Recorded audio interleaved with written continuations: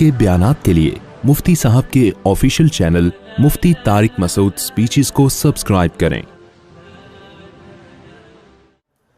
अल्हम्दुलिल्लाहि नहमदुहु व नुसल्ली अला रसूलिहिल करीम अम्मा बाद फ़अऊज़ु बिल्लाहि मिनश शैतानिर रजीम बिस्मिल्लाहिर रहमानिर रहीम वमा खलक़तुल जिन्ना वल इंसा इल्ला लियअबुदून।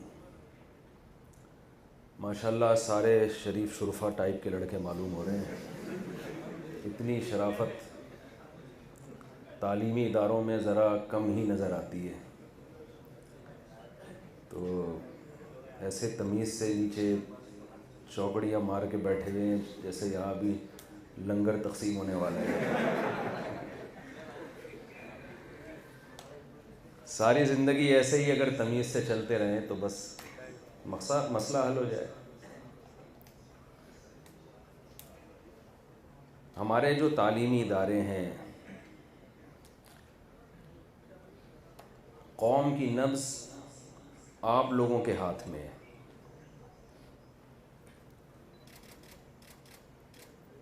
यूसुफ़ अलैहिस्सलाम को जब मिस्र के बादशाह ने बुलाया, अच्छा मैं जब बयान करूँगा ना तो आखिर में आप लोगों को मुकम्मल इजाज़त होगी। यहाँ जो ख़वातीन हैं उनको भी, ख़वातीन को अगर ख़ातून के लफ्ज़ से थोड़ा सा नागवारी गुजरी तो जो लड़कियाँ बैठी हुई हैं,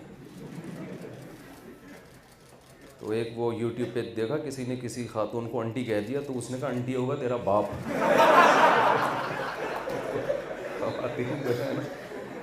इस लफ्ज़ से बहुत चिढ़ है।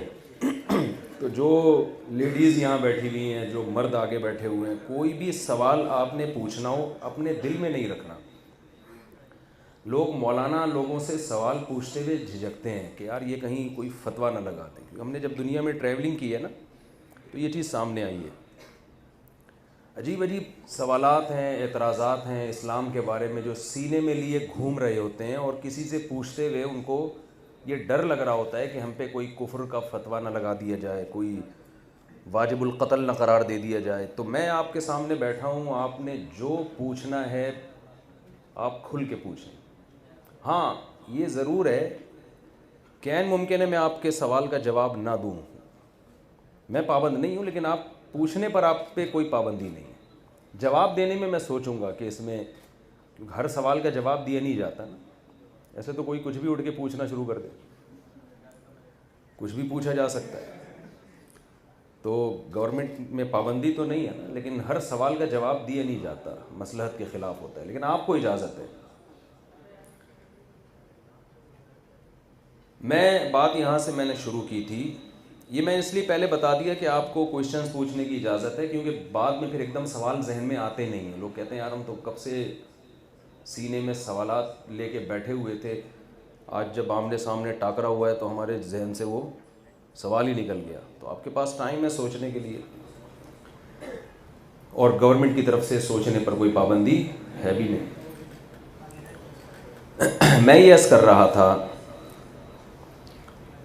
देखें आप जिस भी शोबे से मुताल्लिक़ हैं, CCA कर रहे हैं ज़्यादातर लोग यहाँ पे। पहले तो हम बचपन में CA सुना करते थे, चार्टर्ड अकाउंटेंट, अब और सुना करते थे कि इसकी बड़ी वैल्यू है। अब कोविड के बाद आप ही के जो टीचर हैं वो मुझे बता रहे थे कि सारी दुनिया का निज़ाम ही तब्दील हो गया है, फासले ख़त्म हो गए हैं दुनिया में। तो आप सब वो लोग हैं जो तालीम हासिल करने के बाद इंशाअल्लाह अच्छी अच्छी पोस्टों पे जाएंगे। आप में कोई भी ऐसा नहीं मुझे लगता जो बाद में रक्षा चलाएगा, टैक्सी चलाएगा, रेडी लगाएगा, वो भी इंसान है, वो भी कोई बुरे लोग नहीं है। मकसद ये है आपकी वैल्यू बताना कि आप सारे वो लोग हैं जिनके हाथ में कल कौम की नब्ज़ होगी। दो किस्म के तबके हैं ना दुनिया में, एक वो जो लीडर बनते हैं, एक वो जो मातहत होकर काम करते हैं। दो ही किस्म के लोग अल्लाह ने पैदा किए। अगर आपके सामने आपका कोई हदफ नहीं होगा, कोई विज़न नहीं होगा, तो आपकी ज़िंदगी तबाह और बर्बाद हो जाएगी। देखें इंसान के लिए, अच्छा मेरी तरफ तवज्जो रखनी है आपने थोड़ी देर में, मुझे बयान नहीं आता, मैं गपशप लगाता हूँ, बातें करता हूँ, बयान तो उलमा का काम है। आप में से हर शख्स से मैं एक बात आपके जहन में डालना चाहता हूँ कि आप लोगों ने कभी तन्हाई में बैठ के गौर किया है कि आपकी ज़िंदगी का हदफ क्या है? दुनिया में किसी का कोई गोल ना हो, कोई हदफ ना हो, तो वो सीधे रास्ते पे चल सकता है क्या? जो सवाल पूछूं उसका जवाब देना। कोई हदफ ही नहीं है, कोई टारगेट ही नहीं है। ऐसा आदमी टेंशन में मुब्तला होता है, परेशान होता है, जिसकी ज़िंदगी का कोई हदफ हो ही नहीं। ऐसा आदमी भी परेशान होता है जिसने गलत चीज़ को हदफ बना लिया, वो भी परेशान होता है। हमारे यहाँ मेजॉरिटी ऐसी है जिनकी ज़िंदगी का सिरे से कोई हदफ होता ही नहीं है। अक्सर तो हमारे मुल्क में इसी किस्म के बच्चे पैदा हो रहे हैं, और बड़े भी हो रहे हैं तो उनको 70-70 साल तक पता ही नहीं चलता कि हम क्यों हैं, हम दुनिया में आए क्यों, रहते क्यों हैं। आपको पता है कि जब आपका कोई विज़न नहीं होता तो आप हमेशा किसी दूसरे के विज़न का हिस्सा बन जाते हैं। जब आपका कोई हदफ नहीं होता ना, तो आप दूसरे के हदफ का उसके साथ ताउन शुरू कर देते हैं लाशऊरी तौर पर, आपको पता भी नहीं चल रहा होता। इस वक्त दुनिया की बड़ी बड़ी कौमें हैं जिन्होंने एक हदफ बनाया है। वो चाहते हैं कि सारी दुनिया उसी ट्रैक पे चले जिस ट्रैक पर हम दुनिया को चलाना चाहते हैं, ताकि उनका विजन पूरा हो। वो आपके विजन के लिए नहीं कर रही है सब कुछ, वो चाहते हैं हमारा विजन पूरा हो। इसकी मैं एक मिसाल देता हूं। मैं 2013 में हज पे गया। हाजी वहां इतनी शॉपिंग करते हैं, आपको पता ही होगा।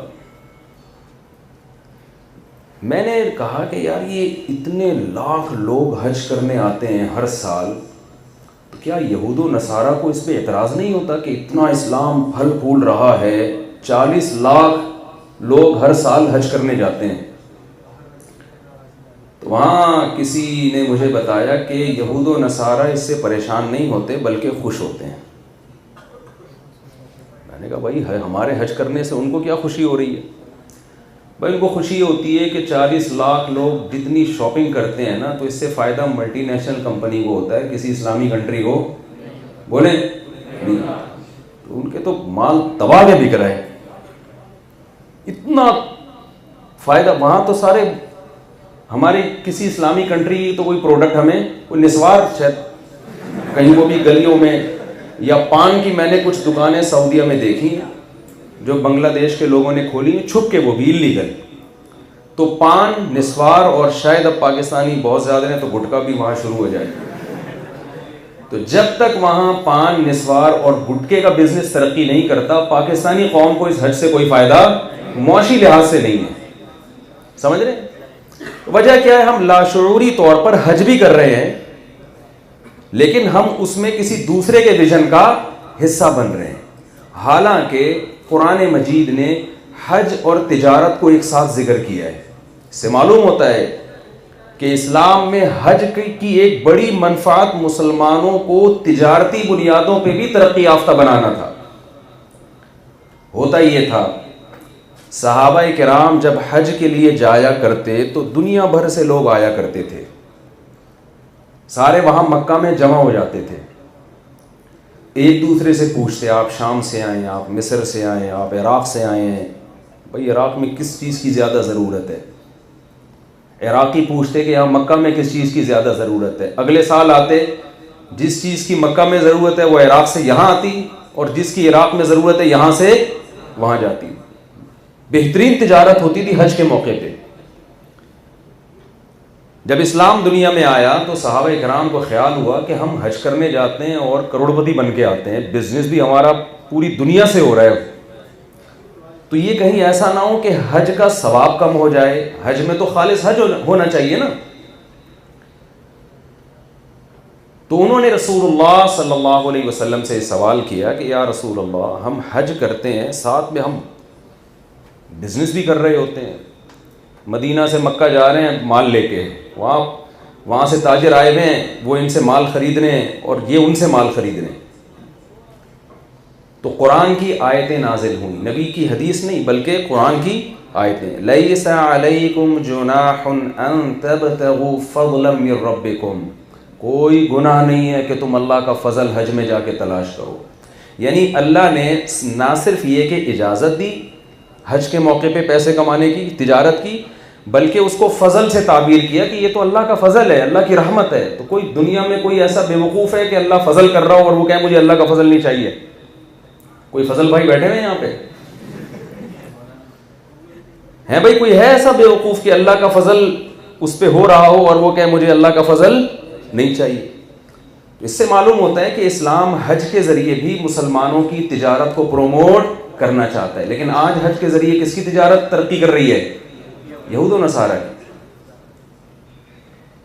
ये मैं एक मिसाल दे रहा हूं कि आपका अपना हदफ नहीं होता, आपकी अपनी प्लानिंग नहीं होती, तो आप दूसरे की प्लानिंग का हिस्सा बनते हैं।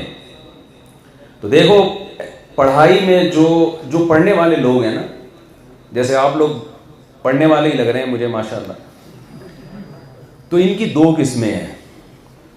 एक वो होते हैं कि पढ़ाई से उनका मकसद सामने वाज़ेह नहीं होता, कुछ वो होते हैं जिनका हदफ होता है लेकिन वो गलत होता है। बहुत थोड़े से लोग हैं जिनका हदफ बिल्कुल क्लियर होता है कि हमने करना क्या है। बहुत से तो आप में ऐसे पढ़ रहे होंगे कि बस हमने पढ़ना है, पढ़ लिख के फिर देखेंगे क्या होगा। ऐसे भी लोग हैं लेकिन थोड़े से हैं, हमको यही नहीं पता करना क्या है। जिन्होंने मेरा बयान सुना हुआ है वो कहते हैं चलो 4 शादियां कर लेंगे, बस उनका यही हदफ है। ज़्यादातर लोगों का हदफ ये है कि हमने पैसा कमाना है, समझ रहे हैं ना? ज़्यादातर का हदफ क्या है? पैसा कमाना है। जब उनसे पूछा जाए पैसा कमा के क्या करोगे आप, याशी करेंगे यार, खाएंगे पिएंगे मौज मस्ती करेंगे। भाई मौज मस्ती करके क्या करोगे? कहें बस यही करेंगे ना। उनसे सवाल ये है कि मौज मस्ती तो आपकी ख़त्म हो जाएगी जब आप फारिग होंगे ना, आपकी आधी जवानी गुजर चुकी होगी। जो मौज मस्ती की उम्र तो ये है, वो मैं लतीफ़ा बार बार सुना चुका हूँ। जो मेरे पुराने लिसनर हैं उनसे पेश की माजरत, वो कहेंगे यार मुफ्ती साहब बहुत घिसा पिटा लतीफ़ा है, बहुत हो गया, लेकिन ये है बड़े काम का लतीफ़ा। बात समझाने के लिए ना, इससे अच्छा अभी तक जब तक कोई नया लतीफ़ा मार्केट में आएगा नहीं तो पुराना वाला ही चलाना पड़ेगा ना। या तो कोई नया लतीफ़ा कोई मार्केट में लेकर आए। तो मैं, एक नौजवान समंदर के किनारे लेटा हुआ और सिगरेट के कश ले रहा था। कोई आपकी उम्र का था वो, जो ऐश की उम्र है, याशी की उम्र है। ये एज जो है ना, ये ऐशो इशरत और लाइफ को एंजॉय करने की उम्र है। अगर एंजॉय करना चाहते हो, नहीं चाहते जैसे कि आप लोग तो एजुकेशन में है ना, इसका मतलब लाइफ को प्रॉपर एंजॉय नहीं करना। आपको तो सुबह उठना पड़ेगा, इंस्टीट्यूट आना पड़ेगा। सीए या एससीसीए मेरा ख्याल है ऐसे बैठे बैठे तो हो नहीं जाता। मैं जिन लोगों से मिला हूँ जिन्होंने सीए किया है, वो उनके बाल सफ़ेद हो गए पढ़ पढ़ के। और फिर उनको जो जॉब मिलती है ना, उसमें भी बहुत टफ जॉब होती है उनकी। सारी ज़िंदगी दिमाग इस्तेमाल ही करना है उन्होंने, तो इंजॉय क्या कब करेगा आदमी उस वजह। तो इंजॉय करने की उम्र तो उस नौजवान की थी। वो साहिल समंदर पे लेटा हुआ था, सिगरेट के कश ले रहा था, कभी नाक से धुआं निकाल रहा है, कभी मुंह से धुआं निकाल रहा है। तो एक बुजुर्ग उसके पास गए और उससे कहने लगे कि बेटा तुम अपना टाइम वेस्ट कर रहे हो, तो तुम कुछ कर क्यों नहीं लेते? उसने कहा जी अंकल बताइए क्या करूं? बेटा पढ़ लो। क्या पढ़ो जी? मैट्रिक कर लो। ठीक है जी मैट्रिक कर लेता हूँ मैं। 10 साल लगा दिए मैंने मैट्रिक में, फिर क्या होगा? क्या मैं इंटर कर लेना। चलो जी 2 साल इंटर के भी निकाल दो, 12 साल गए। फिर क्या करूँ? बेटा फिर बैचलर बन जाना। चलो जी बीए कर लिया हमने। बेटा फिर क्या? वो फिर कहते हैं अंकल फिर क्या करूँ? फिर मास्टर कर लेना। 16 साल हो गया अंकल, मास्टर कर लिया, 16 साल लगा दिया, अब क्या करूँ?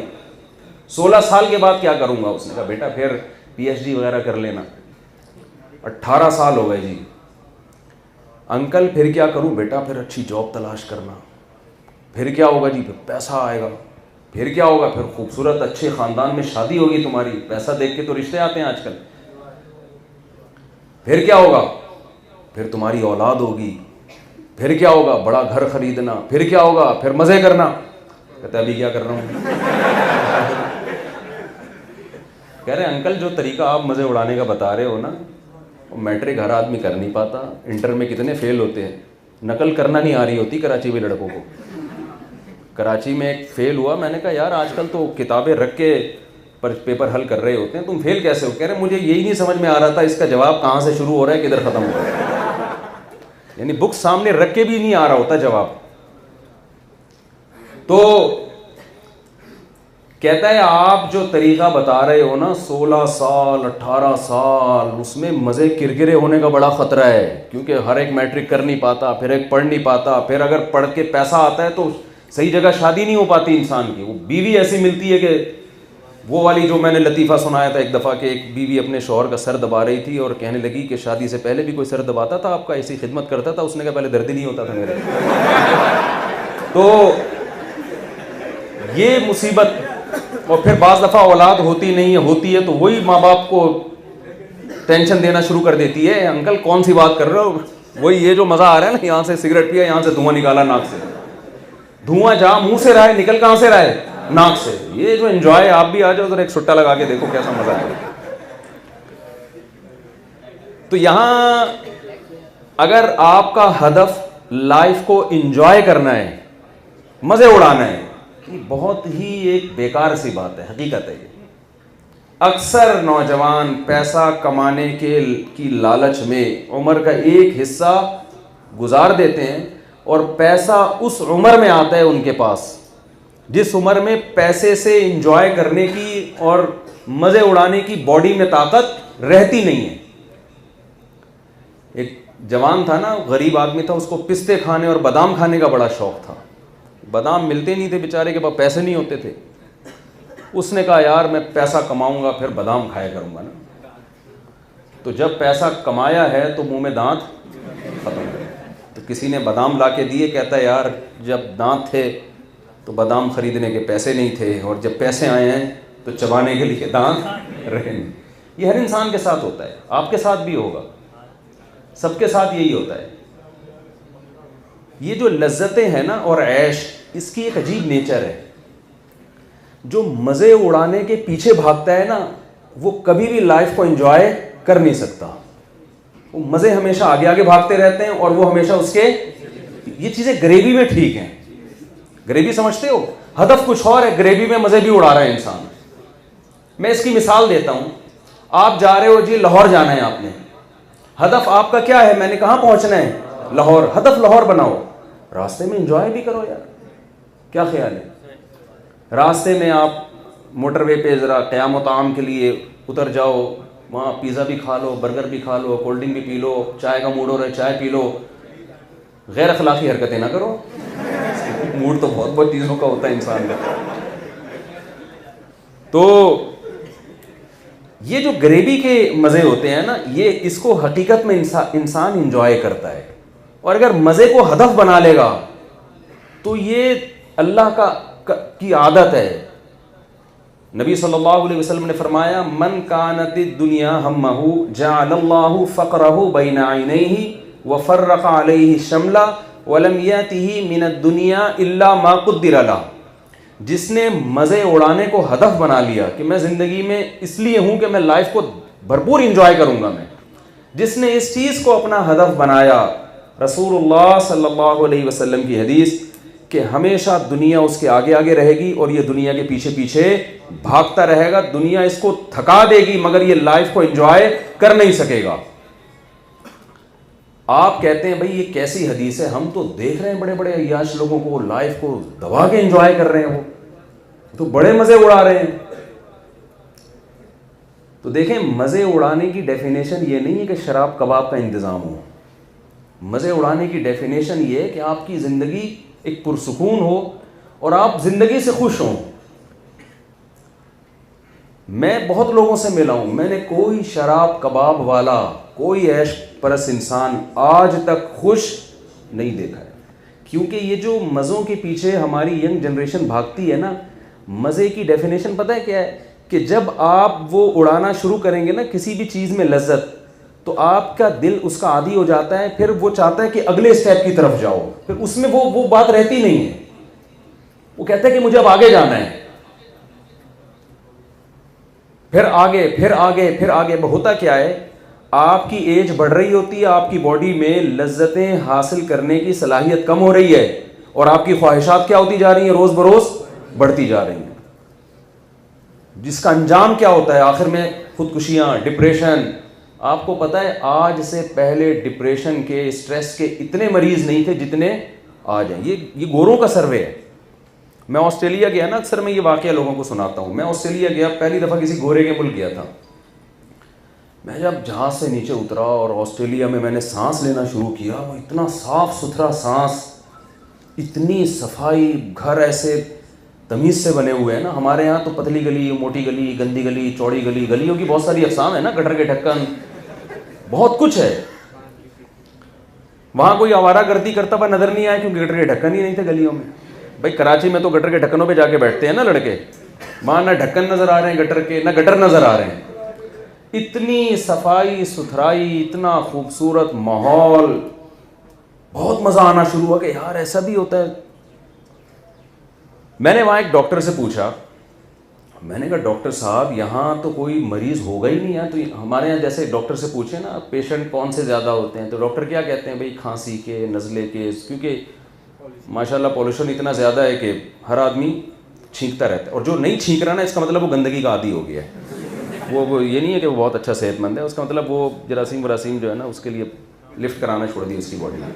अब उसको ये जरसूमें नहीं मिलेंगे तो शायद वो छींकना शुरू कर दे।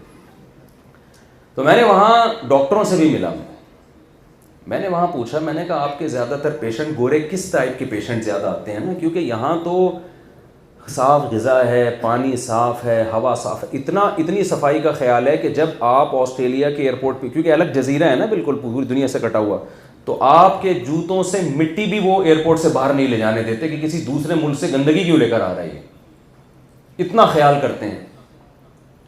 मैंने कहा भाई यहाँ तो क्लिनिक हैं क्यों, डॉक्टर होना ही नहीं चाहिए ना यहाँ।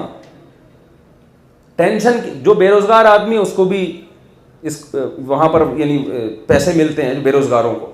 और एक चीज़ तो मैं अक्सर लोगों को बताता हूँ, वहाँ बच्चे पैदा करने पर अलाउंस है ना, कि जिसके जितने बच्चे पैदा होंगे, क्योंकि आबादी नहीं है गवर्नमेंट, और गोरों के तो बच्चे होते ही नहीं, तो फैमिली सिस्टम ही तबाह बर्बाद हो गया। गर्लफ्रेंड के यहाँ बच्चे थोड़ी होते हैं, फिर उनके फिर एक आध हो गया तो वो फिर शादी होती है, बाद में बच्चा अब्बा की कुर्सियाँ लगा रहा होता है शादी में ना, बम्मा की शादी में तंबू वम्बू लगा रहे होते हैं, हकीकत है ये। तो वो तो सारा फैमिली सिस्टम की ऐसी की तैसी हो गई।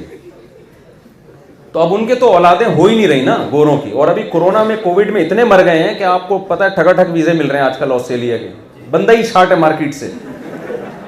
तो उनका तो मजहब से बगावत की वजह से सारा फैमिली सिस्टम क्या हो गया, तबाह हो गया। हमारे यहाँ तो लोग रो रहे होते हैं ना, बहू अच्छी नहीं मिली, दामाद अच्छा नहीं मिला, वहां रो रहे होते हैं बंदा ही, बेटा ही नहीं मिला, औलाद ही नहीं मिली है। बहू और दामाद के स्टेप तो आगे के हैं। तो मैंने वहां डॉक्टरों से पूछा, मैंने कहा डॉक्टर साहब टेंशन फ्री कंट्री है और यहाँ कोई परेशानी नहीं है, तो यहाँ ज़्यादातर पेशेंट किसके आते हैं आपके पास? उन्होंने कहा यहाँ स्ट्रेस डिप्रेशन के पेशेंट आते हैं। कोई भी ऐसी जगह होगी ना कंट्री के में जहाँ से ये ख़तरा है कि यहाँ से छलांग लगा के कोई भी मर सकता है, गवर्नमेंट ने वहाँ बाड़ लगाई हुई होती है, क्योंकि हुकूमत को ये ख़तरा होता है कि यहाँ से लोग रोज़ छलांगे मार मार के मरेंगे। कितनी बड़ी हकीकत है यार, कितनी बड़ी हकीकत है कि एक मुल्क जिसमें टेंशन के अलावा सब कुछ है, उसमें बीमारी ही कौन सी है? टेंशन की बीमारी, स्ट्रेस और डिप्रेशन की बीमारी है। सबसे ज़्यादा गोलियां डिप्रेशन की बिकती हैं वहाँ पे। और आप क्या समझते हो ये नफ्सियाती डॉक्टरों के पास डिप्रेशन का इलाज है? ये आपकी भूल है। देखो आपसे राज की बातें लोग नहीं करेंगे, हमसे करते हैं, मौलाना लोगों से सब आके अपने दिल की बातें बता रहे होते हैं। नफ्सियाती डॉक्टर हमारे पास आते हैं कि हजरत हम दूसरों का इलाज कर रहे हैं, लेकिन खुद किस में हम? डिप्रेशन। खुद डिप्रेशन।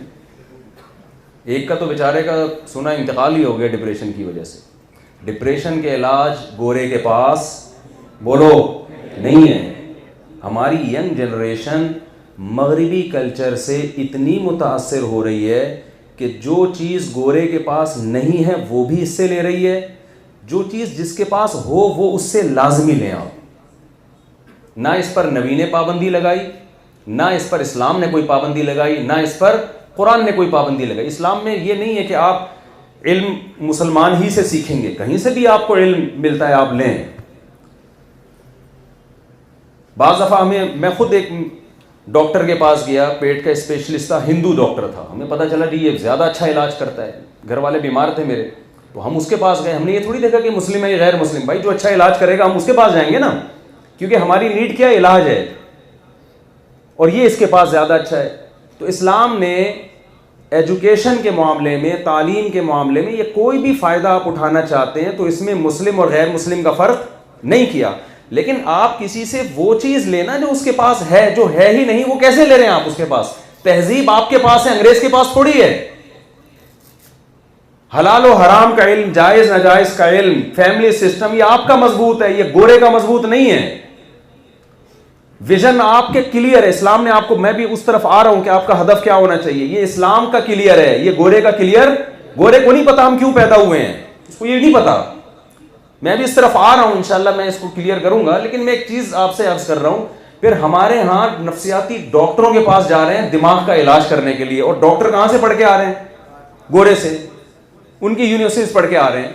भाई वहां के इंजीनियर बहुत अच्छे हैं, वहां के साइंटिस्ट बहुत अच्छे हैं, वहां के नफ्सियाती डॉक्टर बिल्कुल भी अच्छे नहीं हैं। वो अपनी कौम का क्यों नहीं इलाज कर लेते? अपनी कौम को क्यों खुदकुशियों से नहीं बचा लेते? तो मैंने ऑस्ट्रेलिया में देखा, हांगकांग में भी देखा, जहां कोई ऊंची जगह हो ना जिसके बारे में खतरा हो कि यहां से गिर के सर बड़े अच्छे तरीके से फट सकता है इंसान का, एकदम गिरेगा और कीमा बन जाएगा, ऐसी जगहों पे गवर्नमेंट क्या लगाती है? बाढ़ लगाती है। क्योंकि हुकूमत को खतरा है कि डेली बेसिस की बेस पे ना, एक तो वैसे ही आबादी कम हो गई, तो ऐसा ना हो कि ठक ठक करके लोग मरना शुरू हो। मैं गया ऐसी प्लेसेस पे, व्लॉग नहीं बनाया क्योंकि ये एक नेगेटिव होता है कि हमारे मुल्क का एक मनफी इमेज दुनिया को दिखा रहे हैं, तो ऐसी चीज़ों को वहाँ कैमरे में लाना अलाउ नहीं है, बुरा असर पड़ता है ना। वो कहते हैं आप हमारी कौम की अच्छी अच्छी बातें बताएं ना, इतनी अच्छी यहाँ ज़बरदस्त किस्म के माशाल्लाह कैसी साफ़ सुथरी सड़कें, गटर के ढक्कन ही नहीं है, पता नहीं जा कहाँ रहा है हिसाब किताब सारा। तो ये चीज़ें आप बताएं, ये नहीं कि यहाँ से पटक के इतने लोग आज हलाक हो गए, ये चीज़ें उनके मीडिया पे नहीं आती। हाँ, हमारा मीडिया करता है, अच्छी चीज़ों को छुपा देता है, और एक तेज़ाब फेंकने का वाक़या होगा तो इतना फैलाते हैं उसको कि जिसने नहीं भी फेंका होगा ना वो भी कहता है चलो यार हम भी ट्राई करके देखते हैं। तो मैं ये कर रहा था कि वहाँ खुदकुशियों का रेशो सबसे ज़्यादा, ऐसे मुल्क में जहाँ टेंशन के अलावा आपको सब कुछ मिलेगा, टेंशन नहीं है, लेकिन फिर भी टेंशन सबसे ज़्यादा। कोई तो फॉल्ट है ना उस सोसाइटी में। हमारे एक रिलेटिव हैं, पूरी दुनिया में उन्होंने ट्रैवलिंग की है और बहुत घूमे हैं। मुझे एक दिन कहने लगे आपको पता है कि स्वीडन, अगर कोई कहे ना कि टेंशन फ्री कंट्री कौन सा है, तो सबसे ज़्यादा टेंशन फ्री कंट्री 15 साल पहले की रिपोर्ट के मुताबिक वो स्वीडन था। अब का मुझे नहीं पता। खुदकुशी का रेशो कहाँ सबसे ज़्यादा है? स्वीडन। समझ में आ रही है बात? खुदकुशी का रेशो क्या हो गया भाई? देखो हमारे यहाँ कितनी टेंशन है।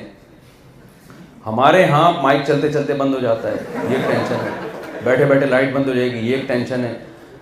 अभी एक साहब का बेहतरीन उन्होंने आईफोन ख़रीदा, जो बिल्कुल नया वर्जन आया ना, 13 प्रो, 14 प्रो आ गया, लेकिन वो अभी 13 प्रो उन्होंने लिया। इरादा यही था इसे बेच के 14 प्रो लूँगा।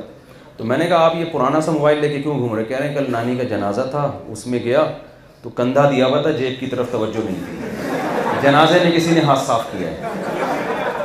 बाप बताओ ये टेंशन है गोरे के पास होना, तो जितनी आबादी बची हुई है वो भी मर जाएगी।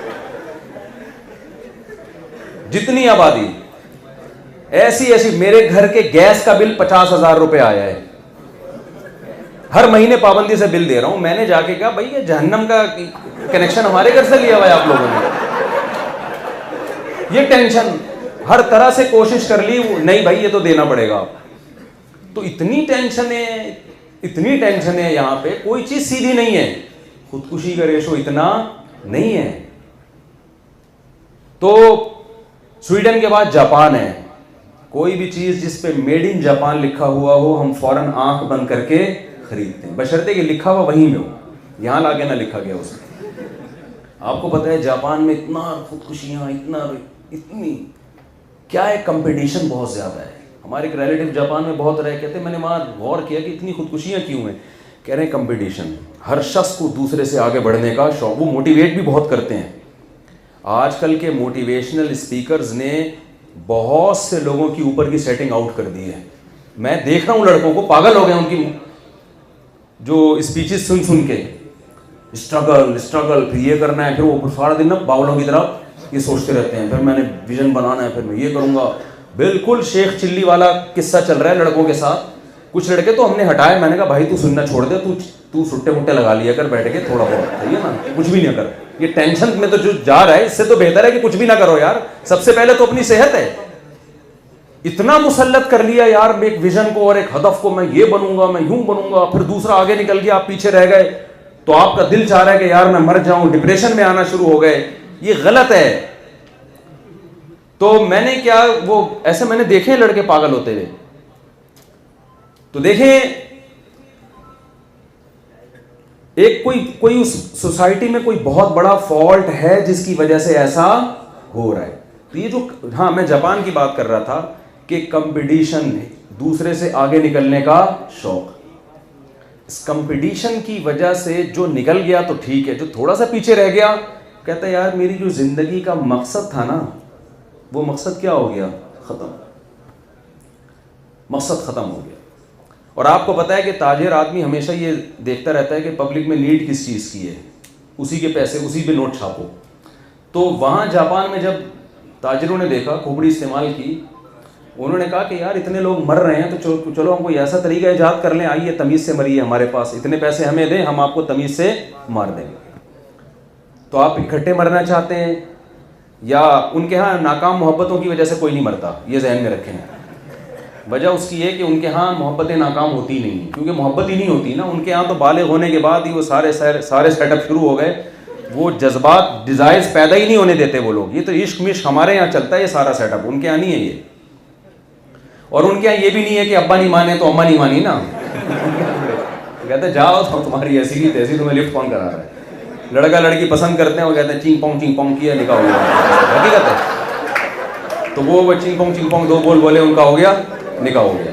फिर छोड़ना भी है, बीवी को शौहर अच्छा नहीं लग रहा हमारे यहाँ, तो फिर ये तलाक का, फिर इसको लड़की वाले बैठेंगे तो लड़के वाले बैठेंगे, दोनों में सुलह होगी, अब्बा गैरत का मसला बना लेंगे। उनके यहाँ ऐसा नहीं है भाई, नहीं बन रही लड़की टाटा करेगी जिंदगी में जा रही, और फिर वो मियाँ खंबे से लटका हुआ, खत्म किस्सा। हमारे यहाँ नहीं लटकता तो भी तो आगे मसाइल शुरू होते हैं। फिर वो टेंशन देता है लड़की के दरवाजे पे जाके।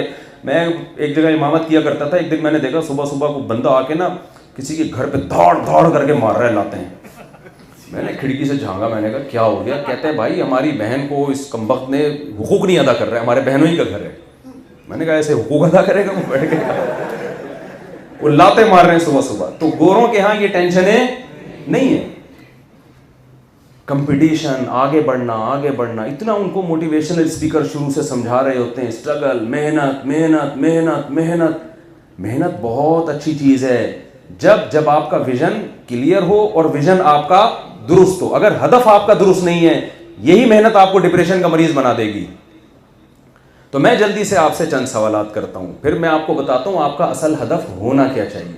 इस्लाम आपको मेहनत से नहीं रोकता, बल्कि इस्लाम हदीस में दुआ आई है कि अल्लाह मैं सुस्ती से तेरी पनाह मांगता हूँ। अऊज़ु बिका मिनल जुबन व मिनल बुखल व मिनल कसल। ए अल्लाह मैं सुस्ती से, बुज़दिली से और कंजूसी से तेरी पनाह मांगता हूँ। तो स्ट्रगल सही सिम में होनी चाहिए। वो सिम क्या है? देखें, चंद सवालात ऐसे हैं जिनका हमारे पास जब तक जवाब नहीं होगा हम अपनी लाइफ का हदफ सही मुतय्यन नहीं कर सकते। बात कहाँ से शुरू होती है? बात यहाँ से शुरू होती है कि हम पैदा हुए हैं या हमें किसी ने पैदा किया है। अगर हम ऑटोमेटिकली डार्विन की थ्योरी के मुताबिक पैदा हो गए हैं ना, तो फिर हमें किसी से पूछने की ज़रूरत नहीं है कि हमारा हदफ और हमारा विज़न क्या होना चाहिए, क्योंकि हम पैदा हो गए। बस दुनिया में बहुत से इत्तेफाक से काम होते, तो इत्तेफाक से हमारी भी एकदम इत्तला आ गई थी कि जी आज सलीम साहब की साहिबे औलाद हो गए, ठीक है ना, इत्तला आ गई थी। तो लिहाजा फिर हम जब खुद इत्तेफाक से वाक़या हो गया, एक हादसा हो गया इत्तेफाक से, तो जो भी हुआ बहरहाल अच्छा हुआ, मैं उसको बुरा तो नहीं कह सकता। जो भी होना था हो गया। तो अब क्या है कि जी अब बस जैसे गोरा कहता है कि यार गॉड है नहीं है, क्रिएटर है नहीं, ऐसे फजूल किस्म की बहसें हैं। तो कभी डार्विन से जाके पूछ रहे होते हैं क्या हुआ था, वो कह रहे थे यार वंस अपॉन अ टाइम एक ऐसे सेल वजूद में आया, फिर बंदर बंदर बने, फिर हम दुम मार्केट से आहिस्ता आहिस्ता शार्ट होना शुरू हुई।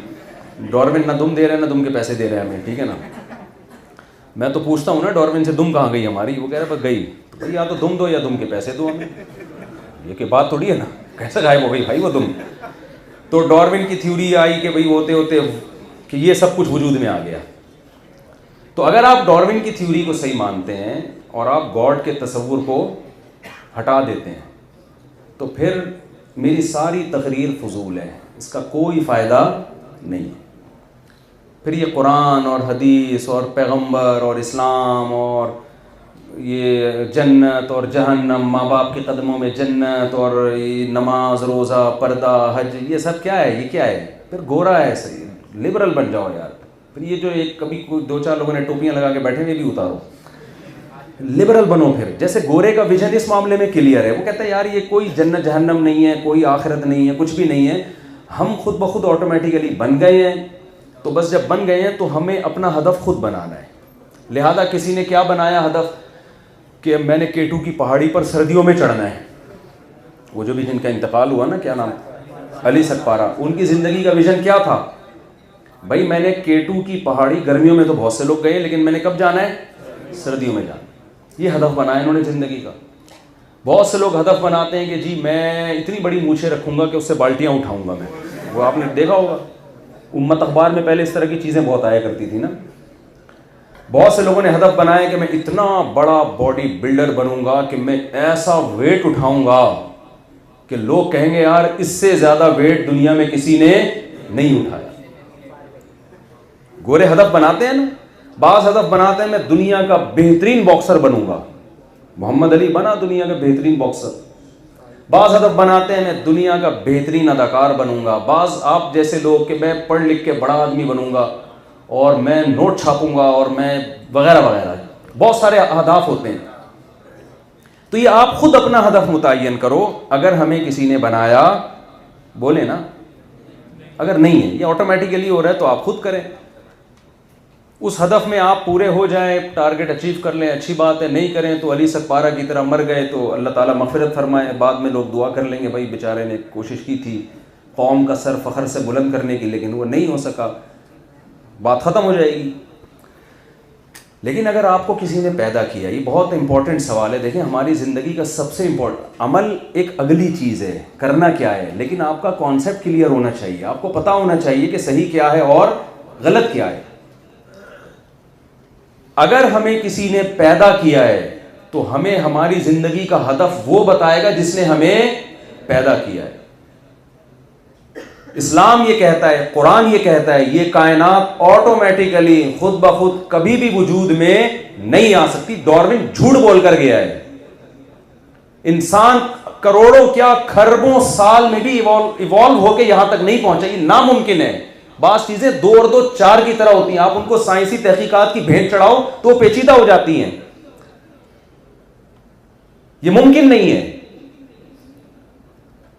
परसों मेरी किसी से बहस हो रही थी, मैंने कहा जो बिग बैंग थ्योरी है कि धमाका हुआ और कायनात वजूद में, हो सकता है धमाका हुआ, हम इसके मुनकिर नहीं है। शब बारात का पटाखा भी खुद नहीं फटता है, कभी देखा आपने? शब बारात का तो पता ही है ना, आप तो खुद फोड़ते फाड़ते होंगे पटाखे। शब बारात का पटाखा फटा हो और आपने जाके पूछा हो क्यों फटा हो, कहने खुद ही फट गया। खुद कुछ भी नहीं होता भाई, गैस के सिलेंडर में गैस ज़्यादा भर दी जाती है, वो कोई भर रहा होता है तो सिलेंडर फट जाता है। एक शब बारात का पटाखा खुद नहीं फट सकता। इतना बड़ा धमाका एक एनर्जी के नतीजे में, जिससे सूरज, चांद, सितारे, सैयारे वजूद में आ गए। मैं इस धमाके का मुनकिर नहीं हूँ, ये धमाका हुआ नहीं है, किसी ने किया है। कहते हैं एनर्जी से हुआ है, तो एनर्जी किसी ने पैदा की है। ऑटोमेटिकली खुद ब खुद कुछ भी नहीं हो सकता, नामुमकिन है। हमारे एक दोस्त थे, वो मुझे कहने लगे, हमारे क्लास टीचर हैं, एथियस्ट हैं, मुल्हिद हैं। वो कहने लगे कि यार अगर कोई खुदा है तो हम जब गाड़ी के एक्सेलरेटर पे पाँव रखते हैं तो गाड़ी चलती है, ब्रेक लगाते हैं तो गाड़ी रुकती है, तो इसका मतलब कोई ना कोई लॉजिक है हर काम की। तो खुदा कहाँ है इसमें भाई?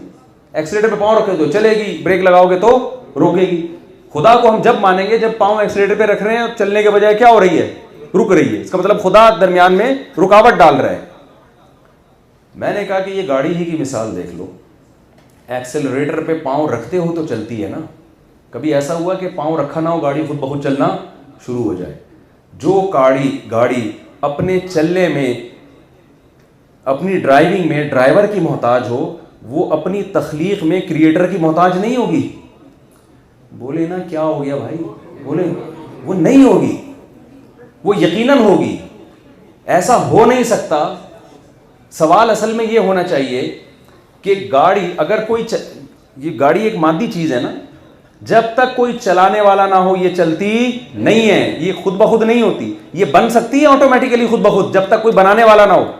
एक गाड़ी बनाने वाले के बगैर बन नहीं सकती, और बनाने वाला खुद ब खुद बन गया जिसने इस गाड़ी को बनाया है। तो बनाने वाला ज्यादा अहम है, ये जो बनी हुई चीज है वो ज्यादा मुश्किल है। तो बनाने वाला जो है ना, वो उसके तो खोपड़ी है, दिमाग है, बेहतरीन दिमाग उसकी खोपड़ी में फिट हुआ है। वो ऑटोमेटिकली खुद ब खुद कैसे वजूद में आ सकता है? नामुमकिन है ये।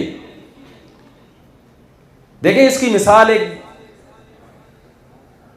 आप किसी जंगल में हो और किसी जंगल में आपने कभी पौधों को फलता फूलता ना देखा हो। कोई शख्स आपको आके कहता है मैं तुम्हें एक जादू दिखाता हूं और देखना कि कैसा जादू। उसने खरबूजे का बीज जमीन में डाल दिया। आपने कहा अब क्या होगा? उसने कहा देखना होगा क्या। उस बीज से एक कोपल निकलना, पौधा निकलना शुरू हो गया। वो कह रही है क्या हो रहा है? मेरा तो ख्याल था ये बीज जब हम जमीन में डालेंगे तो खत्म हो जाएगा ना। जमीन में तो आप कुछ भी डालते हैं थोड़े दिनों में खत्म। मैयतों को देखें ना, 10-10 साल के बाद कब्रें खोदते हैं तो क्या निकलता है उसमें से? 2-4 हड्डियां निकलती हैं। लेकिन आपने कहा ये जादू देखना होगा क्या। उससे कोपल निकलना शुरू, एक बेल निकलना शुरू। वो बेल थोड़ी सी बड़ी होती है, उसमें फूल निकलना शुरू। अब आप हैरान है यार, ये क्योंकि हम ये प्रोसेस दिन रात देख रहे हैं ना, तो देखते देखते यूज टू हो चुके हैं। हमारी खोपड़ियों ने काम करना छोड़ दिया है, गौर करना छोड़ दिया है। हमें खरबूजा खाने से मतलब है, बनाने वाले से कोई मतलब रहा नहीं है। तो उसमें फूल पैदा हुए। आपने कहा यार ये फूल क्या कर रहे हैं? उसने कहा ये तितलियों को, कीड़े मकोड़ों को अपनी तरफ अट्रैक्ट कर रहे हैं। ये एक मैनेजमेंट है या नहीं है? फूलों ने तितलियों को, कीड़ा मकोड़ों को अपनी तरफ अट्रैक्ट किया, उससे नर मादा जर्रों का मिलाप हुआ, एक छोटा सा कच्चा फल पैदा हो गया। अब आप हैरान है यार ये हो क्या रहा है? हमारा तो ख्याल था जब वो चीज़ ज़मीन में डालेंगे वो जल के ख़त्म हो जाएगी। आपने कहा अभी सब्र करो, होता क्या है? वो बढ़ना शुरू हुआ आहिस्ता आहिस्ता, पूरा खरबूजा बन गया, ठीक है ना, मीठा। जब आपने उसको खोला तो उस जैसे सैकड़ों बीज उसके अंदर जो आपने ज़मीन में डाले थे। एक साइकिल है या नहीं है? और हर बीज में एक ऐसा सॉफ्टवेयर इंस्टॉल हुआ है कि जिस बीज को भी ज़मीन में डालोगे यही प्रोसेस, और लाखों साल हो गए वो बीज इस प्रोसेस से मुसलसल गुजर रहा है। ये साइकिल जो एक चक्कर है, ये आप दो गरारियों को आपस में मिलाएं, इस तरतीब से मिलाएं कि एक के घूमने से दूसरी घूमे, और उससे पहिया घूमे, और उस पहिए के घूमने से पैडल घूमे। ये साइकिल सादा सी करोड़ों अरबों साल में ऑटोमेटिकली खुद ब खुद वजूद में आ सकती है क्या? जब एक सादा सी साइकिल वजूद में नहीं आ सकती, बीज के अंदर ऐसे सॉफ्टवेयर का इंस्टॉल हो जाना, ऐसा बेहतरीन एक साइकिल, एक सिस्टम है हर बीज में। आइए कि आप उसको बीज जमीन में डालते हैं, फिर एक पौधा निकलता है, फिर फूल, फिर वो अट्रैक्ट करते हैं, फिर उससे एक पूरी मैनेजमेंट है। दुनिया में कहीं भी थोड़ी सी मैनेजमेंट अगर नजर आती है, ये मैनेजर के वजूद की दलील होती है। और अगर जहां मैनेजमेंट नहीं है तो इसकी अलामत है इनका कोई रखवाला नहीं है। तो ये पूरी कायनात में जो हमें मैनेजमेंट नजर आ रही है, कुरान कहता है ज़ालिका तक़दीरुल अज़ीज़िल अलीम लशम्सु यंबग़ी लहा अन तुदरिकल क़मरा वलल लैलु साबिक़ुन नहार। करोड़ों अरबों साल हो गए, कुल्लुन फ़ी फ़लकिन यस्बहून, ये सारे सितारे, सैयारे और पूरा निज़ाम एक सेटअप के तहत चल रहा है। तो कुरान कहता है कि ज़ालिका तक़दीर, ये मैनेजमेंट है। तक़दीर अरबी में मैनेजमेंट को कहते हैं। अल अजीज, ऐसी जात की तरफ जिसकी ताकत भी कामिल, अल अलीम, जो हर चीज को जानता भी है। ये ऑटोमेटिकली नहीं हो सकता सब कुछ। मैं समझा पा रहा हूं अपनी बात? अभी शादियों की बात करूंगा ना, देखना एकदम खिलखिले जाए चेहरे आपके, हाँ जबरदस्त मुफ्ती साहब। अभी तमीज की बात हो रही है तो वो खोपड़ी में आ नहीं रही। ऐसे बोर बैठे हैं जैसे यार पता नहीं हम क्या आए थे मुफ्ती साहब से क्या सुनने के लिए, उन्होंने क्या किससे खेड़ दी। उस पर भी करेंगे इंशाल्लाह, बेफिक्र रहें। लेकिन ये अपना विजन तो क्लियर करें ना।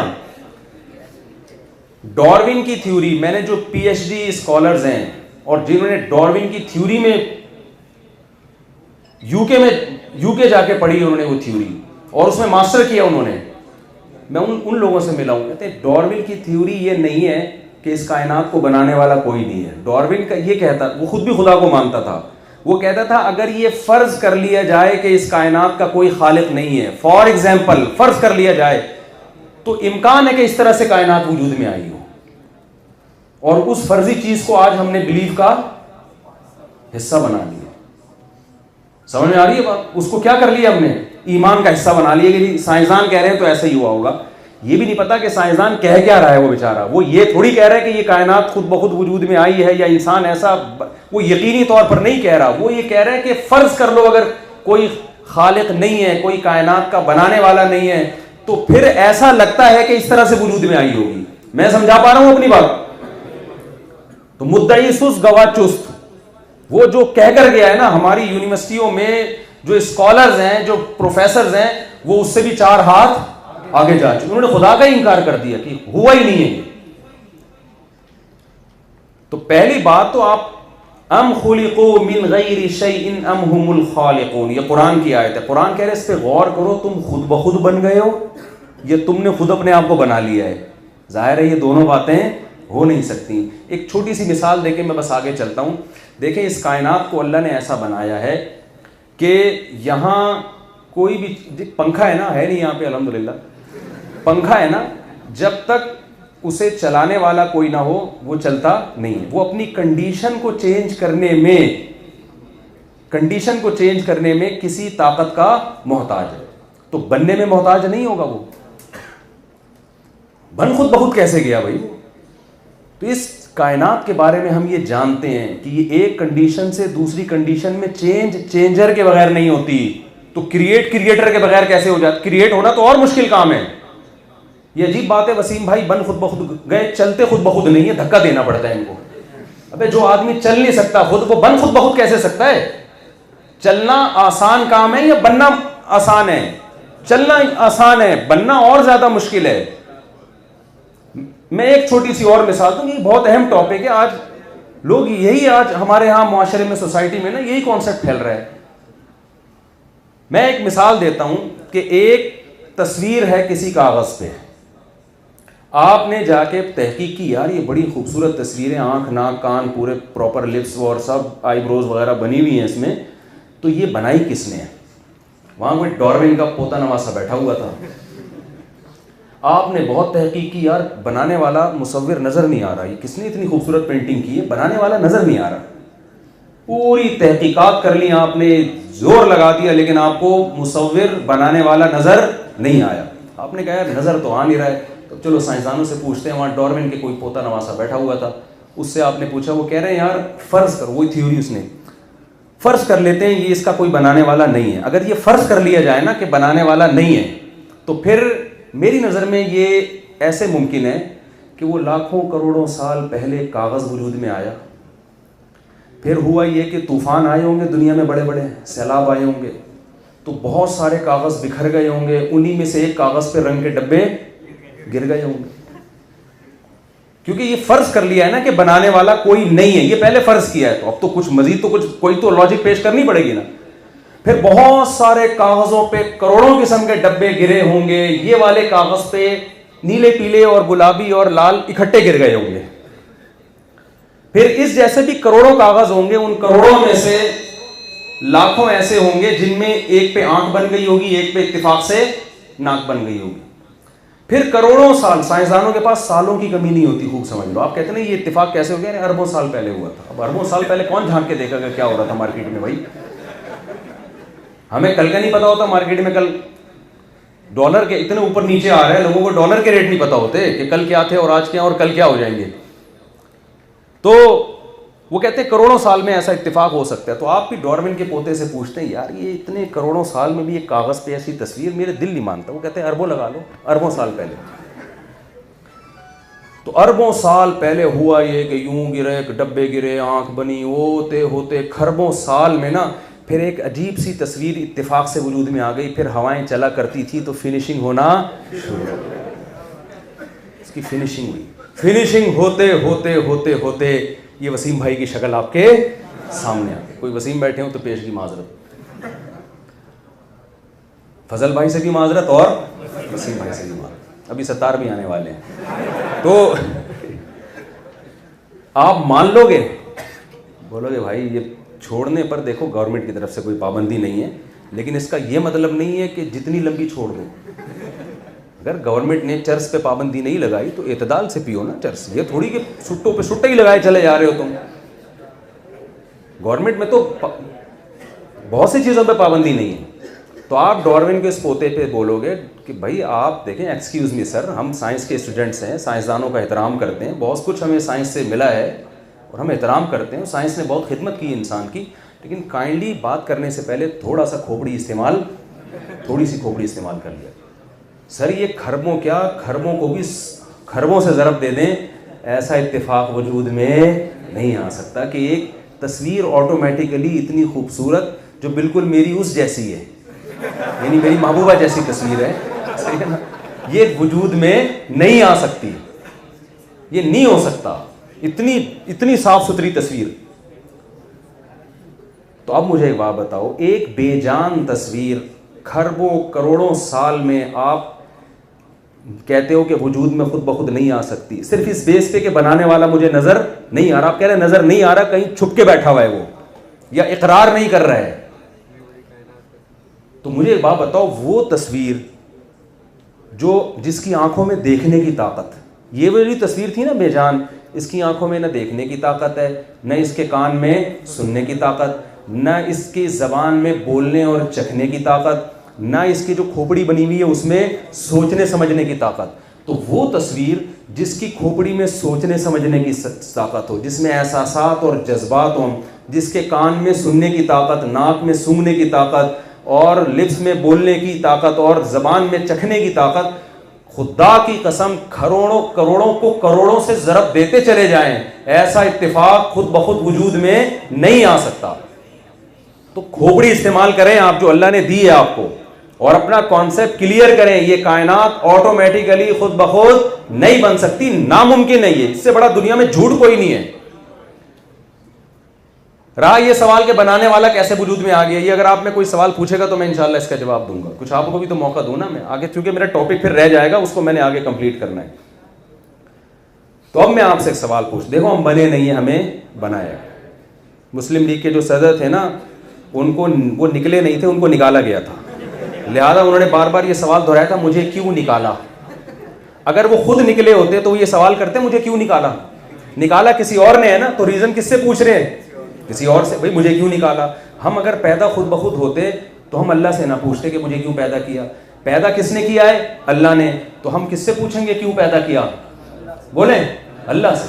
तो हमारा ये सवाल किससे बनता है, अल्लाह से, कि मुझे क्यों पैदा किया गया। अल्लाह रीज़न बताएगा तो फिर पैदाइश हमारी उसी विजन के गिर्द घूमेगी, हमारी लाइफ उसी विजन के गिर्द, उसी हदफ को हासिल करने के लिए चलेगी। तो वो जब पूछते थे ना मुझे क्यों निकाला, तो मैं साथियों से कहता हमने तो निकाला नहीं भाई।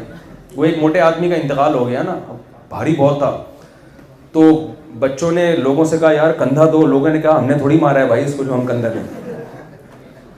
तो हमने तो नहीं निकाला ना कि हम इस सवाल का जवाब दें, जिन सियासतदानों ने निकाला उनसे पूछो भाई क्या जवाब है इसका, तो वो भी तक फड्डे चल रहे हैं, वो जवाब दे रहे हैं, वो उसको मान नहीं रहे। खैर अब तो उल्टा हो गया, वो कह रहे हैं मुझे क्यों निकाला। तो पाकिस्तान की यही सियासत है, तो क़यामत तक चलती रहेगी। तो खैर अल्लाह ने किसी, कोई क्रिएटर है, कोई खालिक है जिसने हमें पैदा किया। यहाँ एक सवाल होता है हम ये क्यों माने कि वो अल्लाह है, अल्लाह के अलावा कोई और नहीं है। भाई हम मान लेते हैं कोई है गॉड, किसी ने बनाया, तो मुसलमानों का अल्लाह क्यों है, ये सवाल आप करेंगे तो मैं इसका जवाब दूंगा, क्योंकि आपका की खोपड़ी चलेगी तो फिर मुझे बात करने में मज़ा आएगा ना। आप अगर ऐसे ही बैठे हुए हैं घुन्ने बन के, आपको कोई सवाल ही दिमाग में पैदा नहीं हो रहे, मज़ा नहीं आएगा। अब सवाल मैंने ही बता दिया तो वो आधा मज़ा तो वैसे ही ख़त्म हो गया। खैर तो मैं ये अर्ज़ कर रहा था कि हम बने नहीं हैं, हमें बनाया गया है। तो बनाने वाला बताएगा कि क्यों बनाया। समझते हो, तो बनाने वाला बताता है हमें। ऐसा हो नहीं सकता बनाने वाले ने एवं ही बना दिया हो, ठीक है ना, कि बस वैसे ही कुछ काम दुनिया में नहीं होता।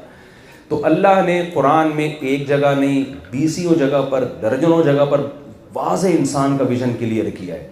वो विज़न क्या बताया है, खलक़ल मौता वल हयाता, सूरह तबारकल्लज़ी की शुरू में देखें आप, लियब्लुवकुम अय्युकुम अहसनु अमला, अल्लाह तुम्हें आज़माना चाहता है, वो देखना चाहता है तुम में अमल के लिहाज से ज़्यादा अच्छा कौन है। वो ये देखना चाहता है तुम अच्छे बन के ज़िंदगी गुजारते हो या बुरे बन के। अल्लाह को हमारे शोबों से बराह रास्त कोई दिलचस्पी नहीं है कि आप सीए कर रहे हैं या आप आर्मी में जा रहे हैं। अल्लाह कह रहे हैं जिस शोबे में भी तुम जा रहे हो, एक अच्छे इंसान बन के दिखाते हो या बुरे इंसान। समझ में आ रही है बात? इस्लाम में रहबानियत नहीं है कि अच्छा बनने के लिए जो पादरियों ने कहा था ना, जंगलों में निकल के अल्लाह अल्लाह करो, बैठ के इबादत करो, ये नहीं है इस्लाम में। इस्लाम में कि तमाम शोबों को जिंदा करो आप, लेकिन आपने बन के कैसे जिंदगी गुजारनी है, अच्छा। और फिर कुरान ने अच्छे को डिफाइन भी किया कि अच्छे की डेफिनेशन अंग्रेज से नहीं पूछनी आपने। अच्छे को कौन डिफाइन करेगा? इस्लाम बताएगा कि अल्लाह की नज़र में अच्छे की डेफिनेशन क्या है और अल्लाह की नज़र में बुरे की डेफिनेशन क्या है। गोरे ने पता है गड़बड़ क्या की है? गोरों ने गड़बड़ ये की है कि उन्होंने जब अपनी सोसाइटी से मजहब को निकाला ना, ईसाइयत थी उसको निकाला, क्योंकि ईसाइयत तहरीफ शुदा थी, वो पादरी चल भी नहीं सकते थे सोसाइटी में। उन्होंने मजहब में हजरत ईसा अलैहिस्सलाम का मजहब चूंकि तहरीफ शुदा था, तभी तो अल्लाह ने मोहम्मद सल्लल्लाहु अलैहि वसल्लम को भेजा ना। अगर वो ईसाई मजहब दुरुस्त रहता, पादरी उस मजहब की हिफाजत करते, तो ओरिजिनल मजहब था, तो अल्लाह नया पैगंबर ना भेजते।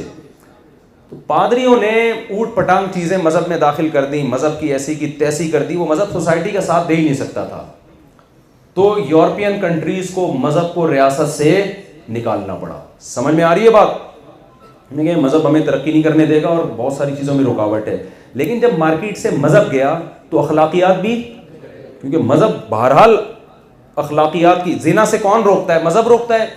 लिबरल लोग रोकते हैं, मज़हब रोकता है? अरे मज़हब रोकता है। माँ बाप की खिदमत करके डॉक्टर ऑर्डर देते हैं। किसी मेडिकल साइंस की किताब में लिखा है कि जो अपने अब्बा अम्मा की खिदमत करेगा उसके फेफड़े सही काम करेंगे उसके, है भाई? वालदैन की खिदमत करनी चाहिए, ये टॉपिक साइंस का है या मजहब का है? सब लोग बोले ना, ताकि मुझे लगे कि आप लोग, ये टॉपिक तो मजहब का है ना। बाप की पेशानी पे मोहब्बत से नजर डालने से हज उम्रे का सवाब मिलता है, ये टॉपिक क्या मेडिकल साइंस का है या सीए का है? आपने किसी सीए की, मैं अक्सर एक वाकया बताता हूँ कि एक साहब आए, मेरा बच्चा मेडिकल साइंस में डॉक्टर बन रहा है, मेडिकल कॉलेज में पढ़ रहा है, डॉक्टर बन रहा है, इतना मैंने पैसा उसकी तालीम पे खर्च किया, लेकिन मुझसे तमीज़ से बात नहीं करता वो। तो मैंने कहा देखें, मेडिकल कॉलेज में या मेडिकल साइंस की जितनी किताबों का टूटा फूटा मुझे इल्म है, उसमें तमीज़ नाम का कोई चैप्टर है नहीं। चैप्टर होता तो वो तमीज़ से, वो तो पढ़ रहा है गुर्दे फेफड़े कलेजी और जो भी चीज़ें होती है, लीवर वगैरह को, इंग्लिश में जो भी है हिसाब किताब, लंग्स कैसे काम करते हैं। और वो एक शायर ने कहा है ना एक नौजवानों के बारे में, रंग चेहरे का जर्द कैसा है, आईना गर्द गर्द कैसा है, काम घुटनों से जब लिया ही नहीं, फिर ये घुटनों में दर्द कैसा है। तो वो तो घुटनों के बारे में, तो वहाँ तो मेडिकल कॉलेज में आप क्या पढ़ेंगे, वहाँ तो ये चीज़ें पढ़ रहे हैं। ये मैं आखिर में सुनाऊंगा, मेरा बयान ना अधूरा रह जाए, ये शेर मैं दोबारा इंशाल्लाह सुनाऊंगा। तो असल में आपके मतलब का है ना, इसलिए आप तो मेडिकल साइंस या हिकमत या तिब का टॉपिक तो घुटने गुर्दे फेफड़े ये है ना, तमीज थोड़ी उसका टॉपिक है। तो गोरों से गलती ये हुई कि उन्होंने जब मजहब को अपनी सोसाइटी से निकाला और चर्च तक महदूद कर दिया, भाई जिसने जाना है पादरी साहब से आशीर्वाद लेके आ जाए, हमें गवर्नमेंट की तरफ से कोई पाबंदी नहीं, लेकिन ये हमारा हदफ है नहीं। तो वहाँ अखलाकी जराइम बढ़ना शुरू हो गए। पहले तो इंसान चोरी नहीं करता था कि अल्लाह को आखिरत में जवाब देना है, जब आखिरत का तस्वुर ही ख़त्म हो गया तो चोरी करो, गवर्नमेंट को जवाब देना है। तो गवर्नमेंट जहाँ गवर्नमेंट की निगाहों में इंसान आ सकता है तो वहाँ तो ठीक है, नहीं तो करेगा वो चोरी भी। तो इतने अखलाकी जराइम वहाँ बढ़ गए। आप यूरोप की हिस्ट्री उठा के देखें कि उन्होंने फिर क्या किया, वर्कशॉप्स करवाना शुरू की कि मैनर्स सिखाए जाएँ लोगों को, क्योंकि कंपनियाँ बर्बाद होना शुरू हो गई थी ना, मुलाजिम ढंग से काम नहीं कर रहे। कुरान तो कहता है वैलुल लिल मुतफ्फिफीन अल्लज़ीना इज़ा इक्तालू अलन नासी यस्तौफून, तबाह बर्बादी उन लोगों के लिए जो अपना हक लेने के लिए पूरा हक लेते हैं, काम में क्या करते हैं, डंडी मारते हैं। तो ये तो तौरात की भी यही तालीमात थी कि जब आप किसी से सैलरी ले रहे हैं, तनख्वाह ले रहे हैं, तो काम भी आपको प्रॉपर करना पड़ेगा। कुरान बयान करता है हमने कौम शुएब अलैहिस्सलाम को जिस कौम की तरफ भेजा वो नाप तोल में कमी करती थी, पैसे पूरे लेते थे, चीज देने में डंडी मारते थे। पूरी कौम को अल्लाह ने तबाह बर्बाद कर दिया। अब ये तो इंजील की भी तालीमात हैं, ये तो तौरात की भी तालीमात हैं। ये तालीमात जब उनकी मार्केट से गई हैं तो नाप तोल में बराबरी कहां से रहेगी? कंपनियों का दिवालिया होना शुरू हुआ तो उन्होंने वर्कशॉप्स करवाना शुरू की। अब मजहब को तो वो ला नहीं सकते थे तो उन्होंने मैनर्स सिखाना शुरू कर दिए। तमीज से बात करनी चाहिए, एक दूसरे का ख्याल करना चाहिए। जैसे हम वजीफा बता रहे होते हैं ना, अव्वल आखिर 11 दफ़ा दुरूद शरीफ पढ़ें, फिर ये उन्होंने कहा अव्वल दफ़ा जब भी किसी से बात करें तो 6 दफ़ा थैंक यू लाजमी कहें। आखिर में भी क्या कहना है आपने? थैंक यू कहना है। और अबे तभी नहीं चलेगा मार्केट में, प्लीज से बात करें आप, काइंडली, प्लीज, ऐसे। ये उन्होंने वर्कशॉप्स कर करके अपनी कौम को तमीज सिखाई और इस मामले में वो तमीज में हमसे आगे निकल गए। लेकिन एक बड़ा जुर्म उनसे यह हुआ कि उन्होंने तमीज की जो डेफिनेशन और तहजीब की डेफिनेशन इतनी रखी जिससे सोसाइटी बस माली तरक्की कर सके, हालांकि तमीज में और बहुत सारी चीजें दाखिल थी। समझ में आ रही है बात? मैं मिसाल से मैं अक्सर मिसालें सोसाइटी में चल रही हैं तो आप परेशान ना हुआ करें, यार ये क्या मुफ्ती साहब अभी तभी लगा के रखा हुआ है। देखो तमीज में ये भी दाखिल है। आपके यहां कोई रिश्ता लेने के लिए आया लड़का, आपकी बेटी या सिस्टर के लिए कोई रिश्ता, आप लड़के से पूछ रहे हैं क्या करते हो, कहते मैं चर्च पीता हूं। मैं क्या करता हूं? चर्च पीता। कहे यार अजीब आदमी है, चर्च पीता है, यार तू तो बदतहजीब आदमी है। कहे तहजीब का चर्च से क्या ताल्लुक है यार? और क्या करते हो? कहते कभी कभी बोतल भी लगाता हूं। है भाई? अबे और क्या कर रहा है भाई तू? और ये कि सॉरी जो खवातीन बैठी हैं उनसे बहुत माजरत, लेकिन ये सोसाइटी का हिस्सा बन चुका है। और क्या भाई तू? कह रहे यार मैं होमोसेक्सुअलिटी की तरफ भी मेरा शौक है, उसका भी मैं कायल हूं। आप फौरन गली के कुत्ते छोड़ दोगे ना इसके पीछे, निकल यहां से, दफा हो यहां से, बेगैरत आदमी। क्या कर रहा है यार तू सोसाइटी में? तू लड़कों में दिलचस्पी लड़का होके रखता है और दूसरा शौक तुझे शादी का भी है भाई? हमारी बच्ची की जिंदगी, हमें तो तहजीब वाला आदमी चाहिए। तो कह रहे मैं तहजीब में, आप मेरे सूट टाई देखे ना, तहजीब से तो बैठा हूं और क्या है। मैं आपसे जब भी बात करता हूं थैंक यू से मैंने बात की है, कोई मेरी जबान पर अब तक गाली नहीं आई है। थैंक यू से बात मैंने शुरू की है, थैंक यू पे खत्म की, और कोई काइंडली और प्लीज के इजाफे के बगैर मैंने कोई सेंटेंस आपके खिदमत में पेश नहीं किया। और अर्ज किया है, एक और फिर अर्ज करना शुरू कर दे वो। आप तहजीब याफ्ता मानोगे उसको? आप बोलोगे भाई तू निकल यहां से। गोरे सब ये काम करते हैं, पता है आप? जो करते नहीं है वो मानते हैं कि ठीक है ये कोई गलत। सारे नशा करते हैं कि नहीं करते? इल्ला माशाअल्लाह, बोलो ना। शराब यहां ज्यादा पी जाती है, वहां ज्यादा पी जाती है, बहुत ज्यादा पी जाती है। जिना वहां ज्यादा है, यहां ज्यादा है, वहां बहुत ज्यादा जिना है। देखो अक्सर मैं खवातीन से एक बात कहता हूं, भाई ये क्या हो गया इसको? दूसरा है, मैं एक बात अक्सर लोगों से कहता हूं कि खवातीन के हुकूक का बहुत प्रोपेगेंडा किया जाता है ना, women rights, women rights, women rights. अगर मेरी जगह गोरा होता ना तो वो लटक चुका होता तो टेंशन से। विमेन राइट्स की बहुत नारे सुने होंगे आपने। क्या विमेन राइट्स हैं यार? तुम किसी औरत को बीवी बनाने के लिए तैयार नहीं हो, बीवी बना लेते हो तो उस पर खर्चा करने के लिए तैयार नहीं हो। गर्लफ्रेंड बनाते हैं इसलिए कि गर्लफ्रेंड को छोड़ना क्या है? आसान। जब दिल भर गया, टिश्यू पेपर की तरह ना, इस्तेमाल से पहले बड़ा खुशनुमा होता है, दिल भर गया रिजेक्ट करके निकल लो कहीं और। इंडिया भी उसी तरफ जा रहा है, गर्लफ्रेंड गर्लफ्रेंड गर्लफ्रेंड। मर्द बाउंड गर्लफ्रेंड में होता है या बीवी में होता है? फंस जाता है बुरे तरीके से। हकीकत है, मैं फंसा हुआ हूं। क्यों? बीवी जब आप किसी औरत को बनाते हैं, औरत को फायदे ज्यादा हैं, इसके बेतहाशा फायदे हैं। वो आपके फैमिली मेंबर बन जाती है, सारी जिंदगी उसका नान नफका खर्चा पानी आपके जिम्मे। उसके हुकूक में आप कोताही करते हैं तो सिर्फ बीवी नहीं झगड़ती, उसका बाप भी झगड़ता है, उसके भाई भी झगड़ते हैं आपसे। मैंने खुद कितने दामादों को ससुरों से सालों से पिटते हुए देखा अपनी जिंदगी में। और बीवी के हुकूक भी इसलिए अदा कर रहे हैं, यार बड़ी फैमिली में निकाह किया है हमने तो वो अब्बा और उसके भाई हैं। आप मेरा हौसला और जिगर देखो, होलसेल के हिसाब से हमारे साले हैं अल्हम्दुलिल्लाह। 1-2 साले इंसान के हों, टेंशन से मरेगा कि नहीं मरेगा? क्या ख्याल है? तो मुझे लोग कहते हैं ना बड़ी अय्याशियाँ की है जी, 3 दिन शादियाँ की। मैं कहता हूँ ये जरदारी साहब कर लें अगर ये अय्याशी है। कौन करे ये काम? जरदारी साहब करें अगर ये अय्याशी है।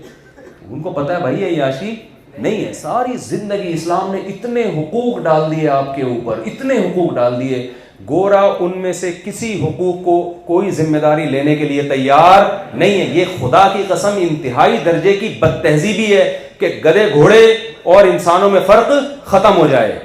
गधे घोड़े भी तो यही काम करते हैं, वो भी कोई जिम्मेदारी नहीं लेते, वो भी डिजायर्स पूरी करते हैं बस। इंसान में और जानवरों में बड़ा फर्क यह है कि इंसान हैवानों की तरह अपनी ख्वाहिशात पूरी नहीं करता। वो औरत को बीवी बना के घर में लेकर आता है, उसके बच्चों की सारी जिंदगी कफालत करता है, उसके रिश्तेदारों का इकराम करता है। हुवल्लज़ी खलक़ मिनल माइ बशरन फजअलहु नसबन व सिहरा। कुरान कहते हैं हमने इंसान को इज्जत दी है, एक नापाक पानी से बनाया, लेकिन जब पैदा हुआ तो 2 खानदान, एक ददियाल और एक ननियाल, ये 2 खानदानों के बीच में पैदा होता है। और जब जवान हुआ तो एक तीसरा खानदान जिसको कुरान ने सेहरन ससुराल से ताबीर किया है। अंग्रेजों के यहाँ ये खानदान मार्केट से शॉर्ट हो गए। जब पैदा होता है तो ददियाल नहीं होता, सिर्फ ननियाल, और ननियाल में भी एक वालदा, एक अम्मा है। और ससुराल भी क्या हुआ, चंद लोगों के मिलते हैं, वो भी 50-50, 60-60 साल में जाके निकाह कर रहे हैं। जब सारी जिंदगी अय्याशियों में गुजार दी, अब बुढ़ापे में आके क्या कहते हैं, चलो यार एक अदद हमारी भी क्या होनी चाहिए वाइफ। और उसको भी अपने पैसों पे चाय पिलाने के लिए भी तैयार नहीं है। वो भी अपना ही कमा रही होती है, खुद ही खा रही होती है। तो ये बदतहजीबी जब उस सोसाइटी में मजहब से बगावत के नतीजे में आई ना, क्योंकि मजहब रोक रहा था जिना से, ईसाइयत ने भी रोका जिना से, यहूदियत ने भी रोका, तमाम पैगंबरों की तालीमात हैं ला तक़रबुज़ ज़िना, जिना करना तो दूर की बात, जिना के करीब भी मत जाओ। ये फैमिली सिस्टम के लिए, खानदानी निजाम के लिए जहर है। इसमें औरत के हुकूक की ऐसी की तैसी हो जाती है, औरत को हक नहीं मिलता इसमें, जितने हक की वो मुस्तहिक है वो नहीं मिलेगा उसको हक। लेकिन ये बदतहजीबी उस माशरे में, उस सोसाइटी में आई, शराब आई उस सोसाइटी में, होमोसेक्सुअलिटी आई उस सोसाइटी में। उन्होंने क्या किया, एक बहुत बड़ा जुर्म ये किया उन्होंने क्या किया कि यार हम दुनिया में एक एजुकेटेड लोग हैं, तरक्की याफ्ता लोग हैं। आपको पता है कोई तरक्की याफ्ता अपने आप को बदतहजीब कहलवाना नहीं पसंद करता। ऐसा ही है ना, आपकी सोसाइटी में कोई लीडर हो, कोई इलाके का नाजिम है, 3-पीस सूट टाई में घूमता है, बड़ी अच्छी गाड़ी, लोग झुक झुक के सलाम करते हैं, आइए सर। एक दिन आपने देखा बैठा हुआ सोटा पी रहा है, सोटा लगा के ना, पाइप के अंदर जो बरसाती नाले होते हैं ना उसमें बैठ। मैंने कल बहुत दिनों बाद एक हीरोइन की देखा, कल ऐसे मस्ताया हुआ ना, गाड़ी हट ही नहीं रहा था सामने से।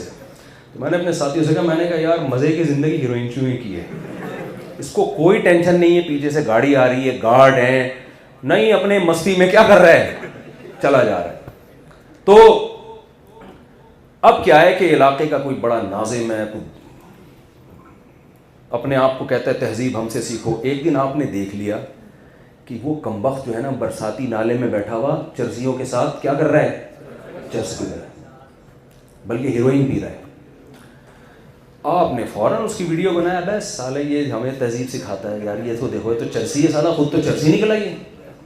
अब होना ये चाहिए था कि उसको चाहिए कि वो तौबा कर ले कि यार मैं कौम का लीडर हूँ, लोग मुझे फॉलो करते हैं, मैं एजुकेटेड आदमी हूँ, मैंने CA भी किया हुआ है माजरत के साथ तो मैं इतना पढ़ा लिखा हूँ, मुझ पे ये चर्स हीरोइन बिल्कुल भी सूट नहीं करती। तो यार वो आपके पास आए, भाई वो वीडियो डिलीट कर दो, मैंने तौबा कर ली है। आप में इंसानियत होगी तो आप भी डिलीट कर देंगे, आप कहेंगे चलो यार। उसने क्या किया, उसने कहा ये चर्स हीरोइन मैं नहीं छोड़ सकता भाई, ये नहीं हो सकता। तो उसने क्या किया, ऑक्सफोर्ड यूनिवर्सिटी से रब्ता किया, उन्होंने कहा यार ये जो तहजीब की डेफिनेशन है ना, फ़ौरन क्या करो, किताबों से निकाल के उसकी डेफिनेशन को क्या कर दो, चेंज कर दो। तहजीब में की डेफिनेशन में पहले ये था कि चर्सी ना हो, जानी ना हो, हीरोइनची ना हो, बाप माँ को ओल्ड हाउस में जमा ना कराता हो, बुढ़ापे में अब्बा अम्मा की, यही ख़ानदानी, मैं अक्सर लफ्ज़ इस्तेमाल करता हूँ ना ख़ानदानी। तो ख़ानदानी किसे कहते हैं, जो बूढ़े माँ बाप को घर से निकाले या बूढ़े माँ बाप की खिदमत करे, खिदमत करे, ज़ाहिर है इसी को तहजीब याफ्ता इंसान कहते हैं। और तहजीब याफ्ता उसे कहते हैं जो बीवी से मोहब्बत करे या बीवी को छोड़कर दफ्तरों में लड़कियों से दोस्तियां लगा रहा हो। जाहिर है वही शरीफ आदमी समझा जाता है यार, जो अपनी बीवी को वक्त दे, मोहब्बत करे, उससे उसके हुकूक अदा करे और आंटियों में दिलचस्पी ना ले। हकीकत है हमारे यहाँ तो इसी को मेरा ख्याल है शरीफ इंसान कहते हैं, समझ रहे हैं ना। इसी तरह चर्स न पीता हो, शराब न पीता हो, माँ बाप की कड़वी कसीली बातों को बर्दाश्त करता हो, लड़कियों को उनके माँ बाप के खिलाफ ना वर्गलाए। ऐसे केसेस बहुत आ रहे हैं, जो भाग रहे हैं लड़की को 16 कुछ दिन पहले एक 20 साल का लड़का 16 साल की लड़की को घर से भगा के लाया। मैंने कहा यार इस बच्ची के माँ बाप पे क्या आरे चल रहे होंगे, 3 दिन से बच्ची घर से गायब है। और मैंने उस लड़की से बोला कि ये 20 साल का लौंडा लपाड़ा, ये तुम्हें बाप के खिलाफ, माँ के खिलाफ, खानदान के खिलाफ इसने बगावत की, तुम क्या समझती हो तुम्हारे साथ वफा करेगा? ये ऐसा आदमी वफादार हो सकता है? उसके बाप के दिल पे आरे चल रहे हैं, कुछ तो इंसानियत। तो तहजीब की अपनी लंबी चौड़ी डेफिनेशन थी कि जी ये भी ना करता हो, ये भी ना करता हो, सुट्टे भी ना लगाता हो और वगैरह वगैरह, कपड़े भी प्रॉपर पहनता हो। तहजीब में ये भी दाखिल था कि प्रॉपर लिबास होना चाहिए। आधे ये 2-4 स्टिकर चिपका लेना, ये बदतहजीबों का काम है। हकीकत है, तहजीब याफ्ता चाहे मर्द हो या औरत, उसकी ड्रेसिंग क्या होगी? प्रॉपर होगी। तो अब वो जो आपने जब उसको देखा ना, वो नाले में बैठा हुआ सुट्टा लगा रहा है और दावे करता है मैं तहजीब याफ्ता हूँ और मुझसे तहजीब सीखो, क्योंकि मैं बात करने से पहले भी थैंक यू और बात के आखिर में भी थैंक यू। तो अब मसला ये है कि बजाय इसके कि वो अपनी इस्लाह करता, उसने यूनिवर्सिटी में गया और जो उसने क्या किया कि यार फौरन तहजीब की डेफिनेशन को क्या कर दो, चेंज। तहजीब में ये लिखो कि जो चर्स पीता है, उस चर्स पीने का तहजीब से कोई ताल्लुक नहीं, ये आपकी निजी लाइफ है, आप पिए या ना पिए। रहा मसला ये कि मैं चूंकि इसलिए बदनाम हुआ कि गंदे नाले में, बरसाती नाले में बैठ के पी रहा था, तो आइंदा से हम ये किया करेंगे कि 3 पीस सूट में प्रॉपर वे में बैठेंगे, एयर कंडीशन रूम होगा, ऊद की खुशबू जल रही होगी उसमें, और हम तमाम लोग बैठ के आपस में चर्च का तबादला किया करेंगे। और चर्च का नाम भी चेंज कर देंगे, उसका नाम रखेंगे एंटी डिप्रेशन पाउडर।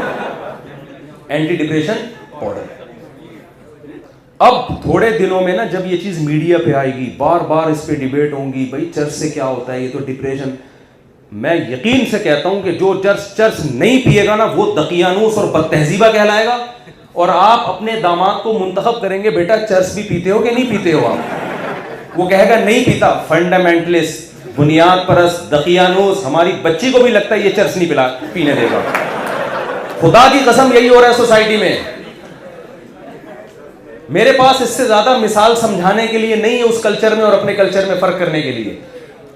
आप ना कुछ दिन, यही हो गया है, कुछ दिनों के बाद ये चीज सोसाइटी का हिस्सा बन जाएगी।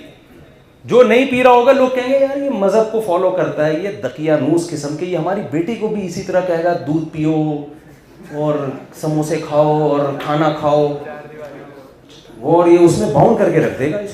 हमारी बेटी तो पीने की शौकीन है माशाल्लाह। अल्लाह का शुक्र है, हम एजुकेटेड लोग हैं, तहजीब याफ्ता लोग हैं, पीते भी है, पिलाते भी। कपड़े उपड़े को हमारे यहाँ कुछ नहीं होता, पहन लो ठीक है, नहीं तो कोई बात नहीं। यही हो रहा है ना, जितने मॉडर्न लोग हैं कपड़े उनकी नजर में वैल्यू रखते हैं। जितना गरीब होगा ना उतने ज्यादा कपड़े पहनेगा। यानी अमीरों के कपड़ों पे पैसा बहुत लग रहा है, कपड़ा नहीं लग रहा।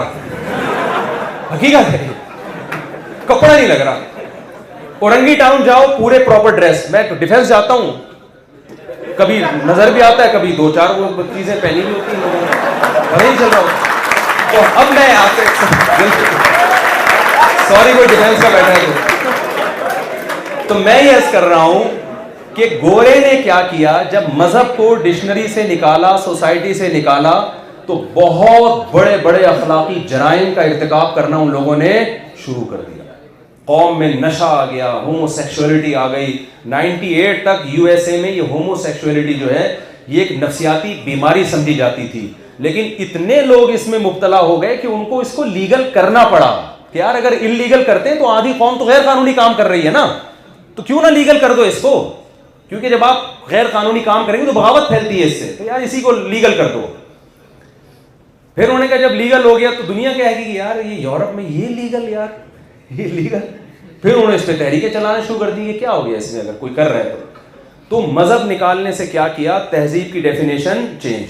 पहले तहजीब की बड़ी लंबी चौड़ी किताबें लिखते थे तहजीब के बारे में ना, कि वो बीवी से वफादार होता है, वो अपनी माँ का एहतराम करता है, वो अपने अब्बा का एहतराम करता है, अब्बा की कड़वी कसीली बर्दाश्त करता है, वो मस्जिद में जाके कभी कभार नमाज भी पढ़ लेता है, ठीक है ना, वो रमज़ान के वो उसको मज़हब को भी फॉलो करता है, अल्लाह को भी मानता है, कब कोई गुनाह हो जाए तो तौबा इस्तिग़फ़ार करता है, कभी उससे बदनज़री हो जाए तो तौबा इस्तिग़फ़ार करता है। गैर अखलाक, बहुत लंबी चौड़ी डेफिनेशन थी तहज़ीब की, बहुत सारे सेंटेंस थे। ऐसा नहीं था कि न्यूटन का वो पहला कानून है ना, किसी ने पूछा कि न्यूटन का आखिरी कानून क्या है, सॉरी पहला कानून क्या है, उसने कहा मिस आखिर से याद है मुझे। तो उसने कहा यार आखिर से, चलो आधा याद है, आखिर से सुना। तो कहते इट्स कॉल्ड न्यूटन्स लॉ। तो अंग्रेज ने तहजीब की डेफिनेशन से ना सारे सेंटेंस निकालना शुरू किए। चर्सी होना कोई मसला नहीं है, अगर आप ड्रग्स लेते हैं, शराब पीते हैं, इसका एजुकेशन से, तहजीब से कोई ताल्लुक बोलो नहीं। बहुत से तो नहाते नहीं 6-6 महीने, हकीकत है। हमारे एक रिश्तेदार गए, यार मैं सोच रहा हूँ कर ही लूँ मैं। हमारे एक रिश्तेदार गए फ्रांस, सारे गोरे ऐसे नहीं होते, मैं मानता हूँ। कह रहे यार मैं समझता था फ्रांसीसी कौम दुनिया की सबसे नफीस तरीन कौम है, ये तो दिन में 6 दफ़ा नहाते होंगे। कह रहे पता चला कि इनकी खुशबुएं दुनिया में इतनी ज़्यादा मशहूर इसलिए हुई हैं कि इनकी बदबू दुनिया में सबसे ज़्यादा मशहूर है। कई महीने नहाते नहीं, कई महीने, लेकिन खैर सारे ऐसे नहीं है, बहुत से नहाते भी हैं। तो खैर, तो तहजीब की डेफिनेशन में उन्होंने क्या किया, सारी चीज़ों को निकालते निकालते आखिर में एक जुमला रह गया, इज कॉल्ड न्यूटन्स लॉ। 2-4 छीछड़े रह गए उसके बस। वो यही है कि जब बात करो तो तमीज से बात करो, पैसों के लेन देन में आदमी एक नंबर होना चाहिए, क्योंकि इन चीज़ों का ताल्लुक मुल्क की तरक्की से है। तो मैं आपसे अर्ज करता हूँ, देखो अगर आप मज़हब को अपनी डिक्शनरी से निकाल दोगे, अल्लाह को अपनी डिक्शनरी से निकाल दोगे, तो फिर आपका अंजाम भी वही होगा। और इस अय्याशी रंग रलियों पे ज़माने की न जाना ए दिल, ये ख़िज़ा है जो बअंदाज़े बहार आई है। ये ख़िज़ा है जिसका स्टाइल बहार वाला है।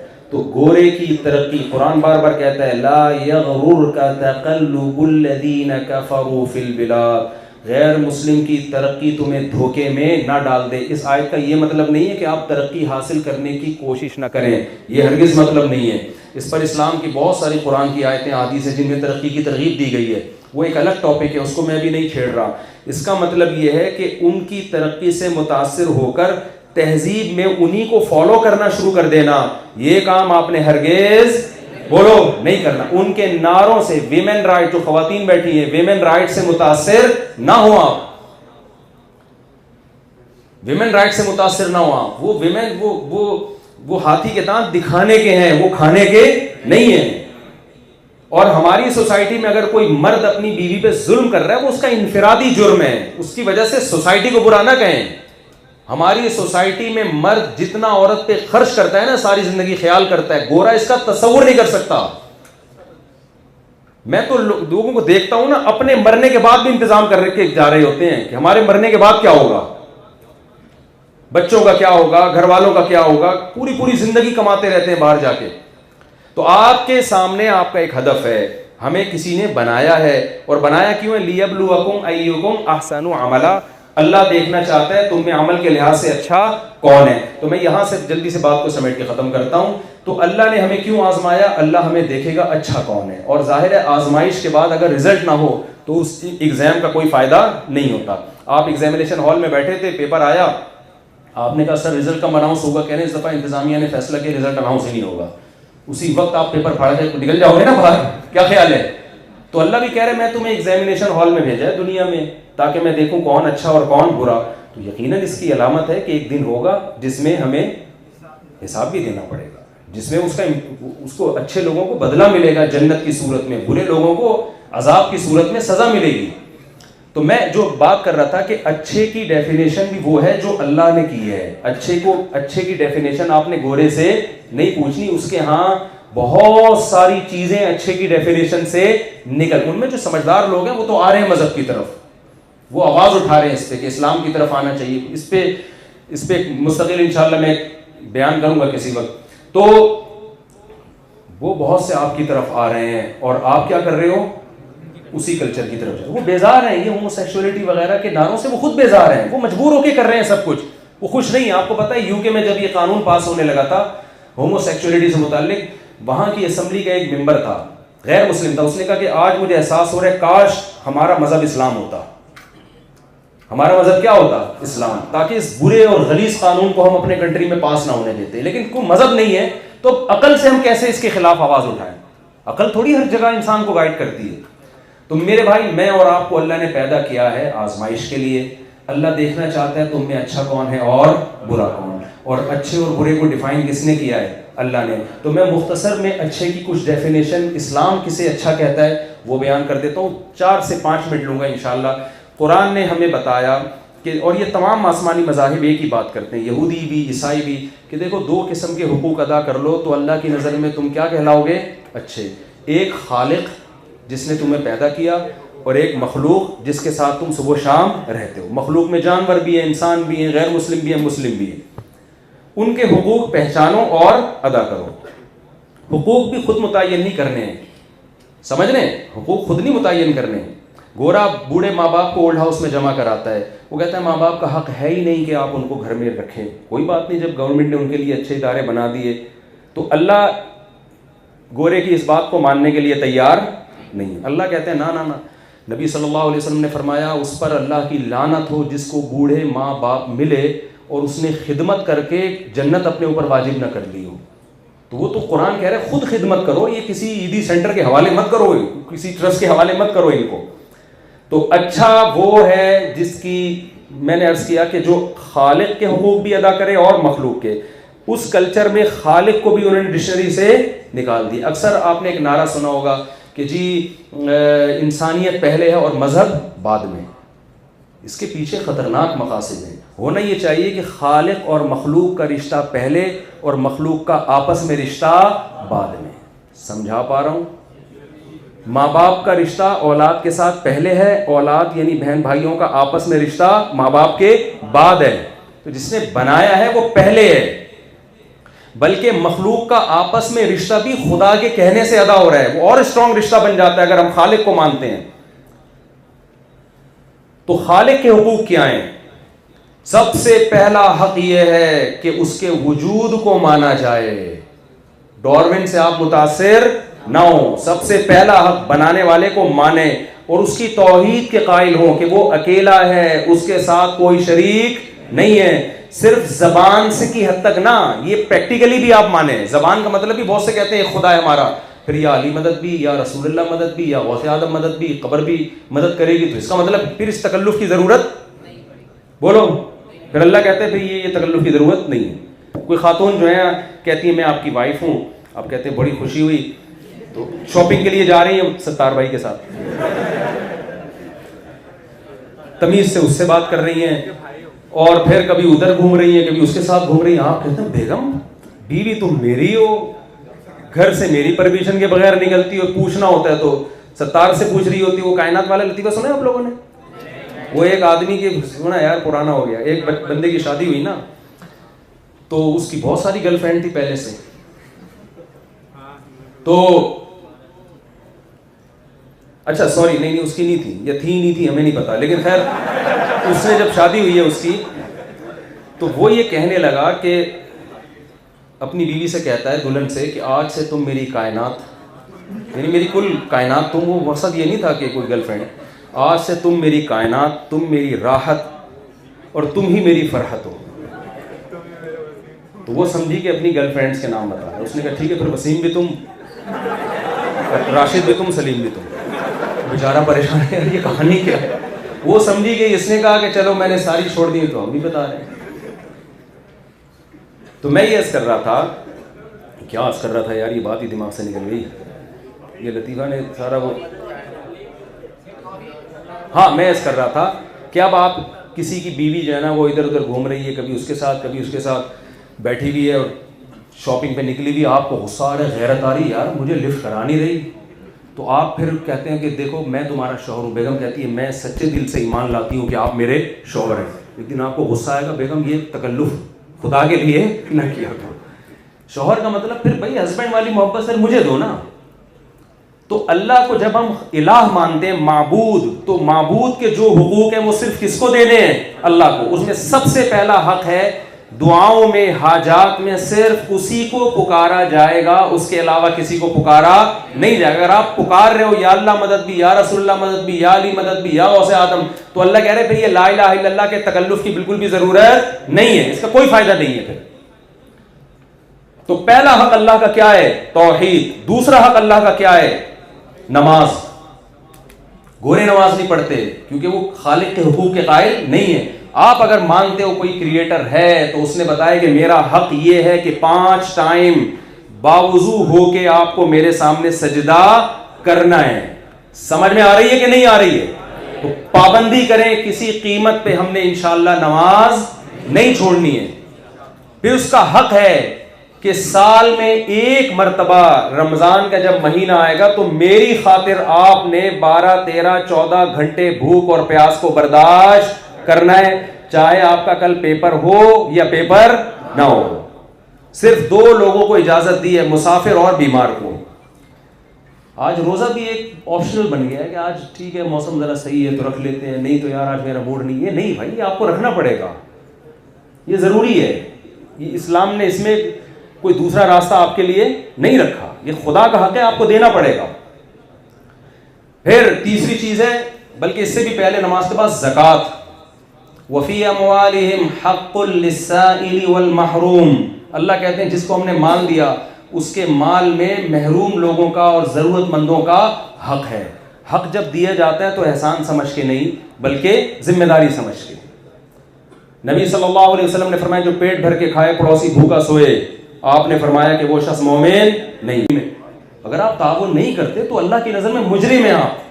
इसका हिसाब देना पड़ेगा आपको कि लोग भूखे मर रहे हैं, प्यासे मर रहे हैं, आपने क्यों उनके साथ ताउन नहीं किया। तो ये आपकी जिम्मेदारी है। तो ये किसके हुकूक हैं? अजीब बात है, ज़कात में खिदमत इंसानों की हो रही है लेकिन अल्लाह इसको अपना हक मानता है, ये इंसानों का हक नहीं मानता। तभी सूरह दहर में कुरान क्या कहता है? इन्नमा नुतइमुकुम लिवजहिल्लाह। हमारे नेक बंदे भूखे को खिलाते हैं और कहते हैं हम तुम्हें खुश करने के लिए नहीं खिला रहे। लिवजहिल्लाह, किसके हुकूक अदा कर रहे हैं? अल्लाह के। ला नुरीदु मिनकुम जज़ाअन वला शुकुरा। इसी वजह से हम तुमसे इसका बदला नहीं मांगते, शुक्रिया भी नहीं मांगते, थैंक यू कहने की भी इजाजत नहीं है, क्योंकि हम किसका हक अदा कर रहे हैं? अल्लाह का हक। तो सदका, खैरात, ज़कात, फितराने, ये सब बंदों के हुकूक नहीं है। इस्लाम इसको किसका हक मानता है? अल्लाह का हक मानता है। और जिंदगी में एक बार हज, पैसा आता है, लोग हज के लिए बुढ़ापे का इंतजार करते हैं, सारे कामों से फारिग हो जाएंगे तो जब जाएंगे। भाई हज भी एक जिम्मेदारी है, जवान आदमी ज्यादा अच्छा हज कर सकता है। जब आप बूढ़े हो जाओगे फिर तो दूसरों पे बोझ बनोगे ना आप जाके। तो ये बेसिक मोटे मोटे हुकूक हैं, और भी है लेकिन ये बेसिक। दूसरे हैं हुकूकुल इबाद, ये बहुत इंपॉर्टेंट है, इसको मैं बस 2-4 मिनट में इंशाल्लाह समेटूंगा। पहला हक क्या है? खालिक का, वो पूरा करना है कि नहीं करना। दूसरा हक है मखलूक का, समझते हैं?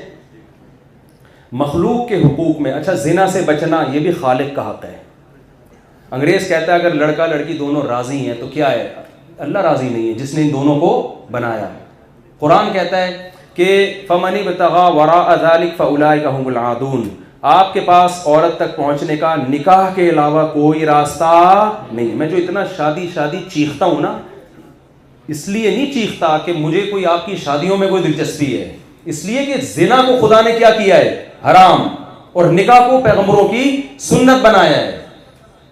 निकाह पैगंबरों ने किया। मूसा अलैहिस्सलाम ने जब मदियन गए हैं तो वहां मुसाफिर थे, तो जो आपकी होने वाली जौजा थी उनके वालिद ने क्या कहा? मैं अपनी बेटी इस शर्त पे आपको दूंगा कि आपने 10 साल बकरियां चरानी है।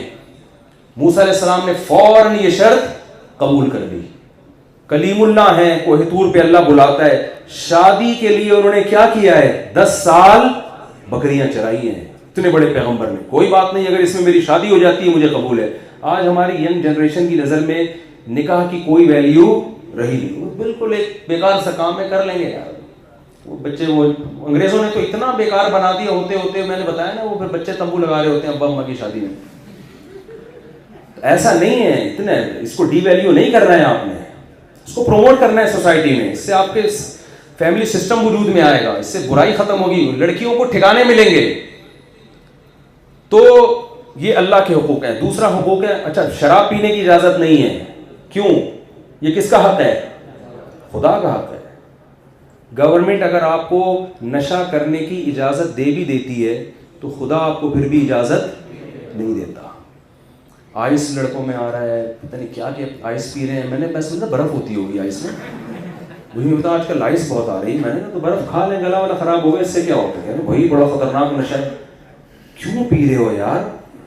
जब आपको पता है कि एक चीज मेरी सेहत को नुकसान देगी, नशा करके सुकून हासिल करने वाले से बड़ा दुनिया में कोई बेवकूफ है नहीं, क्योंकि उसको पता है ये सुकून आर्टिफिशियल है, कल थोड़ा और ज्यादा चाहिए होगा, फिर और ज्यादा चाहिए। तो ये तो पागल, तुम्हारा सेटिंग आउट हो गई है, तुम्हें अगर कोई डिप्रेशन है, सो जाओ यार, तुम तफरी पे निकल जाओ। मुझे नहीं देखा थोड़े दिन बाद मैं भागा हुआ होता हूँ कहीं ना कहीं, कभी चित्राल जा रहा हूँ, कभी गिलगित जा रहा हूँ, खैर मैं वैसे ही जा रहा होता हूँ। तो झेलम को 1 साल मुकम्मल हो गया, कल उनकी बरसी थी, तो कल जो दिन गुजरा है ना वो बरसी का दिन है। तो कोई भी इसाले सवाब करना चाहे तो आप लोग कर सकते हैं।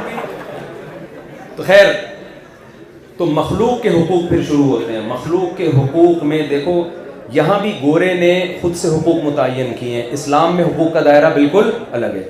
इस्लाम कहता है कि जो आपका जितना करीबी है उसका हक उस दूसरे से उतना ही ज़्यादा। सबसे करीबी आपके वालिदैन हैं, समझते हैं? लिहाजा वालिदैन से ज़्यादा अल्लाह ने किसी का हक नहीं रखा, क्योंकि वो आपकी पैदाइश का ज़रिया है, उन्होंने आपको पाला है। कुरान ने माँ का कितना हक बयान किया। आज लड़कियों ने घरों में माँ से तमीज़ से बात करना छोड़ दी। देखो, एयर होस्टेस के अखलाक भी होते हैं, लेकिन अल्लाह इस अखलाक को नहीं मानता। अगर ये अपनी माँ के साथ भी इसी तरह बात करती है ना, फिर अल्लाह इसको इस अखलाक पे जन्नत देगा। एयर होस्टेस तो आपने जहाज़ों में जाए ना तो कैसे बटन दबाते ही फ़ौरन आ जाती है। आप जितनी मर्जी बदतमीजी करें, एयर होस्टेस आपसे बदतमीजी कभी भी नहीं करेगी। एक्सक्यूज मी, गलती भी आप करोगे, एक्सक्यूज वो कर रही होगी। बड़े मुस्कुरा के बात, उसको सिखाया जाता है भाई आपको पैसे इस चीज़ के मिलेंगे, तो क्या इस पे उसको सवाब मिलता है? पैसे मिलते हैं। सवाब जब मिलेगा जब यही एटीट्यूड उसका किसके साथ हो? अपनी अम्मा के साथ, अपने अब्बा के साथ हो। अब्बा ने बटन पे पाँव रख के खड़ा हो जाता है, हकीकत चीख के अब्बा का गला बैठ जाता है, वो नहीं आती। कुछ आती भी है, ऐसा नहीं है। वो एक एरोसिस ने मुझे बताया कि आपका पूरा एरोसिस वाला मैंने बयान सुना हुआ है। मैंने कहा सही था कि नहीं था? मैंने कहा बिल्कुल सही है। तो सबसे पहले किससे? कस्टमर नहीं, सबसे पहले माँ बाप। कल हमारे एक उस्ताद हैं, मैं उनसे बाकायदा बैत हूँ, उनका एक वाक़या सामने आया। उनकी आदत थी रोज़ाना अपने वालिद के पाँव दबाते थे ना, तो और वालिद साहब जब मना करते हैं ना कि बस, तो फिर उठते थे। रोज़ उनका मामूल था। एक दिन क्या हुआ, वालिद साहब की आंखें नहीं खुली, रात से लेके फजर तक पाँव दबाते रहे, हालांकि बहुत बड़े आलिम हैं। आज माँ बाप की ये खिदमत का जज्बा हमारी सोसाइटी में ख़त्म। मैं ये नहीं कह रहा कि माँ बाप खुदा हैं, माँ बाप भी बाज़ दफ़ा जुल्म करते हैं, बच्चों को बिल्कुल ग़ुलाम बना के रखते हैं। कुछ ऐसे हुकूक हैं जो माँ बाप के भी हुकूक का एक दायरा रखा है। माँ बाप ज़बरदस्ती शादी नहीं करा सकते बच्चों की। बेटी कह रही है मैंने वहाँ करनी, अब्बा कहेंगे तू वहाँ हो ही नहीं सकती, वहाँ होगी, तो ये अब्बा की तरफ से क्या है? ज़्यादती है। लड़का कह रहा है अब्बा मैंने वहाँ करनी, अब्बा कह रहे नहीं वहाँ क्यों करनी, तो उन्हें मेरी भतीजी से करनी है। ये अब्बा की तरफ से ज़्यादती हो गई ना। तो हम ये नहीं कि माँ बाप के ऐसे, हर चीज़ की एक हद है ना। लेकिन ज़्यादातर आज माँ बाप औलाद पे जुल्म नहीं कर रहे, औलाद क्या कर रही है? वो बिल्कुल कंट्रोल से बाहर हो गई। तो भाई तलाश करो कदमों में जन्नत अपने वालिदैन के। हदीस में आता है ना, 3 गार में फंस गए थे, पत्थर नहीं हिल रहा था। एक ने अल्लाह से दुआ मांगी, अल्लाह पूरी रात अपने माँ बाप के सिरहाने में दूध का प्याला लेके खड़ा रहा हूँ, तुझे अगर मेरी ये नेकी पसंद आई है तो इस अजाब से हमें निकाल दे। हदीस में आता है पत्थर फ़ौरन गार से लुढ़क गया। तो इन चीज़ों का वास्ता अल्लाह को दे इंसान। मैंने जितने अपनी ज़िंदगी में लोग देखे जिन्होंने माँ बाप की खिदमत की, हमेशा उन्हें फलता फूलता देखा है। हदीस के अल्फाज हैं कि मफ़हूम है कि दुनिया में हर कोई नेकी ऐसी नहीं है जिसका लाजमी दुनिया में बदला मिलता हो, लेकिन वालिदैन के साथ अच्छे सलूक का दुनिया में भी उसकी बरकतें मिलती हैं इंसान को। तो वालिदैन है। फिर जितना करीबियों में बीवी, बच्चे और माँ, बहन, भाई, इनके अल्लाह ने सबसे ज़्यादा हुकूक रखे हैं वालिदैन के बाद। आप में से अगर कोई मैरिड है, हमने देखा है बाहर दोस्तों में हाँ हू ही गप्पे लगा रहा है, जैसे ही घर में आएगा बेगम के सामने ऐसा लगता है चंगेज़ खान बगदाद पे हमला करने के लिए आया है। हमारे नबी सल्लल्लाहु अलैहि वसल्लम बर्तन में उस जगह से मुंह लगा के पानी पिया करते थे जहाँ से आपकी ज़ौजा हज़रत आयशा ने पानी पिया होता था। एक मोहब्बत का इजहार था। शादी से पहले ऐसे इजहार ही चल रहे होते हैं, इतने बड़े बड़े डायलॉग, मैं ये कर दूंगा, मैं यूँ कर दूंगा, मैं जी नहीं सकता, मैं मर जाऊंगा, देखो मैं जा रहा हूँ खंबे से लटकने के लिए। मेरे पास फ़ोन आते थे ना, अब तो मैं कम ही उठाता हूँ। एक लड़की ने मुझे कहा कि मेरा बॉयफ्रेंड है, वो शादी नहीं कर रहा मुझसे ना। मैंने कहा छोड़ दें, वो उल्लू बना रहा है आपको। जो वफादार होता है ना, वो सबसे पहले कहता है कि मैं इस रिश्ते को प्रॉपर, मैंने कहा वो प्रॉपर डॉक्यूमेंट्स बनवाएगा, वो सिर्फ निकाह नहीं पढ़वाएगा, वो नादरा से कागज़ भी बनवाएगा, पक्का काम हो। और अगर वो गड़बड़ कर रहा है ना कि शादी कर लो या शादी नहीं करो, पहले डेटें मारते हैं, या ये कि वो ठीक है निकाह छुप के पढ़ा लेते हैं, डॉक्यूमेंट नहीं बन, इसका मतलब क्या कर रहा है? ये वफादार नहीं है, ये अपने लिए सेफ रास्ता भागने का रख रहा है अपने लिए। लेकिन हमारी लड़कियों को ये खोपड़ी में बात समझ में आती नहीं है, इनका दिमाग सही काम नहीं करता। फिर जब जिंदगियां तबाह होती हैं तो फिर इनको एहसास होता है कि हो क्या रहा है। तो क्या कह रहा था यार, मैं एक वाक़या सुना रहा था,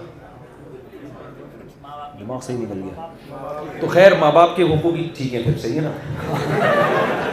मैं ये अर्ज कर रहा था कि इतना खर्चा, उससे पहले इतने डायलॉग, मैं ये कर दूंगा, मैं खंबे से, हाँ वो मैं वाक़या सुना रहा था कि एक खातून ने मुझे कहा कि एक बॉयफ्रेंड है और वो, मैं उससे कह रही हूँ कि अब हमारे घर आओ पैगाम लेके, वो कर नहीं रहा, पैगाम नहीं भेज रहा ना। तो मैंने उससे फिर ताल्लुक़ ख़त्म किया, तो ख़ुदकुशियों की धमकियाँ दे रहा है वो। यहाँ जितनी लड़कियाँ बैठी हैं बात सुन लें, जब भी कोई ऐसी धमकी दिया करें ना, तो उससे बोला करें कि मुझे खंबा भी मालूम है, मुझे पता है कराची में ज़्यादातर खंबे इसी किस्म के हैं कि जब आप उनसे गले मिलेंगे तो आप खंबे को छोड़ेंगे, खंबा आपको नहीं छोड़ेगा। हमारे ऑस्ट्रेलिया में तो ऐसा है ना कि ऐसे मकाम पर जाने की इजाज़त नहीं है जहाँ से गिर सकते हैं आप, बाड़े लगाई है गवर्नमेंट ने। हमारे अल्हम्दुलिल्लाह ऐसा कोई सेटअप नहीं है। हमारे यहाँ तो आप वैसे ही ईद मिल रहे थे खंबे से, आपने कहा इतने लोगों से मिले, चलो खंबे से भी मिल लें, तो आप खंबे को छोड़ेंगे। वो एक आदमी जो था ना, वो उसे कहीं दरिया में कंबल नजर आया, कंबल, वो असल में रीछ था। अब इसलिए लालची आदमी, दरिया की तूफानी मौजें, इसने कहा यार फ्री फोकट का कंबल जा रहा है, मैं कंबल निकाल के लाता हूँ। लोगों ने मना किया, भाई तू इतनी तूफानी मौजों में जाएगा, छोड़ दे कंबल को। उसने कहा नहीं भाई, मैं लेकर आऊँगा। अब ये जब गया अंदर तैरता हुआ, कंबल को पकड़ा, वो रीछ था, रीछ ने पकड़ लिया इसको। अब ये कलाबाजियाँ खा रहा है, पीछे इसके दोस्त कह रहे हैं भाई तू मर जाएगा, तू कंबल को छोड़ दे, वापस आ जा। तो कह रहे हैं मैं तो कंबल को छोड़ूं, कंबल मुझे कंबल नहीं छोड़ रहा, मुझे कंबल नहीं छोड़ने के लिए तैयार है। तो यही कराची के तो कोई खातून को कोई लड़का कहे ना मैं खुदकुशी कर लूंगा, आप उससे बोलें भाई अल्हम्दुलिल्लाह कराची में खुदकुशी के बहुत सारे मौके हैं। बारिशों में किसी भी खंबे से आप चिपक जाएं, उसको खुद बता दें कि ये जहर वहाँ से मिलता ही हो। इन चीज़ों से बिल्कुल मुतासिर होने की ज़रूरत, ये डायलॉग बेवकूफ़ बनाने के लिए होते हैं। कोई भी संजीदा आदमी इस किस्म के फजूल डायलॉग नहीं मारता, बेकार किस्म के, वो लटक जाए। अच्छा, हमसे पूछ रही होती कि मुझे गुनाह तो नहीं मिलेगा अगर ये मर गया? ये मुझसे अल्लाह की कसम, हमें गुनाह तो नहीं मिलेगा। तो मैं कहता हूं कि उस बंदे को सही कोई बेवकूफ मिली है, सही बेवकूफ मिली है, तो सही से कोई बेवकूफ मिली है जी। खैर, तो अल्लाह ने हुकूक रखे हैं वालिदैन के, फिर बीवी के हुकूक रखे हैं, फिर भाई बहनों के हुकूक रखे हैं। सबसे ज़्यादा सदका और खैरात अपने रिश्तेदारों पर। आजकल भाई बहनों को हदिया देने का रिवाज नहीं है, दोस्तों को दे रहे हैं हदिया, ठीक है दें उनको भी। सबसे पहले हकदार कौन है? और नबी सल्लल्लाहु अलैहि वसल्लम ने फरमाया रिश्तेदारी जोड़ने वाला वो नहीं है कि वो जोड़े तुम भी जोड़ो। रिश्तों में ये है कि वो तोड़ता भी है तो भी क्या करना है आपने, बना के रखना। ये मज़हब का हुक्म है, अल्लाह का हुक्म है, इस पे चलना पड़ेगा आपको। फिर जो जितना करीबी है, वल जारी दिल कुर्बा वल जारिल जुनूबी वस्साहिब बिल जंबी, जो आपका क्लास फेलो है, कुरान कह रहा है जो आपके साथ उठता बैठता है, जो सफ़र में आपके साथ ट्रैवलिंग कर रहा है, उसके साथ अच्छा सलूक करें। सीटों पे लड़ाइयाँ हो रही होती हैं, कुरान के अल्फाज हैं वस्साहिब बिल जंब, जो भी तुम्हारे पहलू में बैठा हुआ है।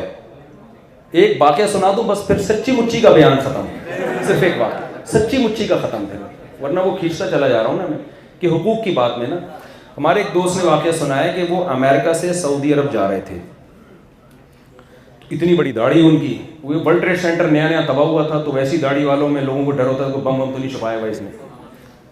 तो गोरा एक साथ आके बैठ गया उनके, उन्होंने बताया कि गोरा जो है ना वो ऐसे नफरत से मुझे देख रहा है, क्योंकि वर्ल्ड ट्रेड सेंटर तबाह हुआ था, इल्ज़ाम मुसलमानों पे ही आया था कि दहशतगर्द हैं। कह रहे वो मुझे ऐसे घूर घूर के देख रहा है कि नफरत से ना कि पता नहीं किसके साथ जगह मिल गई मुझे। तो कह रहे मैंने उसकी ट्रे, जब वो एयर होस्टेस खाना लेकर आई तो मैंने खुद उसके इकराम में उसकी ट्रे खींच दी। फिर मैं उससे पूछ रहा हूँ क्या पसंद करेंगे, क्या खाना पसंद करें। आपको पता है सऊदी से अमेरिका फ़्लाइट भी बहुत, टाइम भी बहुत होता है। कह रहे मैंने उससे बड़ी तमीज़ से गपशप लगाना शुरू, वो गोरे का खौफ थोड़ा ख़त्म हो गया कि यार ये तो बड़ी तमीज़ से बात करते हैं। तो उस गोरे ने कहा कि यार मुसलमान तो बड़े दहशतगर्द से होते हैं और बड़े अखरूर मिजाज होते हैं, जहन्नम के बस फतवे लगाते रहते हैं, ये भी जहन्नम में वो भी जहन्नम में। वो एक मौलवी साहब कह रहे थे ना कि 3 आदमी जहन्नम में जाएंगे। मौलवी साहब तकरीर कर रहे थे, 3 आदमी, एक रिश्वत खाने वाला, एक सूद खाने वाला, तीसरा भी कहते ही थे कि एक बंदा खड़ा होता था, मौलवी साहब एक मसला पूछ रहे हैं, कहता है बैठ बात मुकम्मल होने दे। फिर 3 आदमी जहन्नम में जाएंगे, शराब पीने वाला, एक सूद खाने वाला। फिर वो कहते मौलवी साहब एक मसला, भाई तू बैठ जा यार अभी। तो मैं ऐसा कर रहा था 3 आदमी जहन्नम में जाएंगे, एक सूद खाने वाला, एक शराब पीने वाला। फिर मौलवी साहब ने कहा तीसरा ये जाएगा।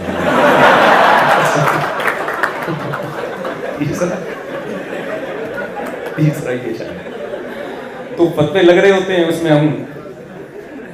तो वो कहते हैं गोरा जो है ना वो बड़ा मुतासिर हुआ, यार ये तो इकराम कर रहे हैं, पहले मुझे खिला रहे हैं बाद में खुद खा रहे हैं। तो गोरे ने इनसे पूछ लिया कि तुम ऐसा क्यों कर रहे हो। तो इन्होंने, अरब थे ये, अरबी सऊदी थे, इन्होंने हदीस सुनाई। सही हदीस है, बुखारी की है या मुस्लिम की, कि रसूलुल्लाह सल्लल्लाहु अलैहि वसल्लम ने फरमाया मन काना युमिनु बिल्लाहि वल यौमिल आखिर फलयुक्रिम जारहु, जो अल्लाह और आखिरत पर ईमान रखता है उसे अपने साथ बैठने वाले का इकराम करना पड़ेगा।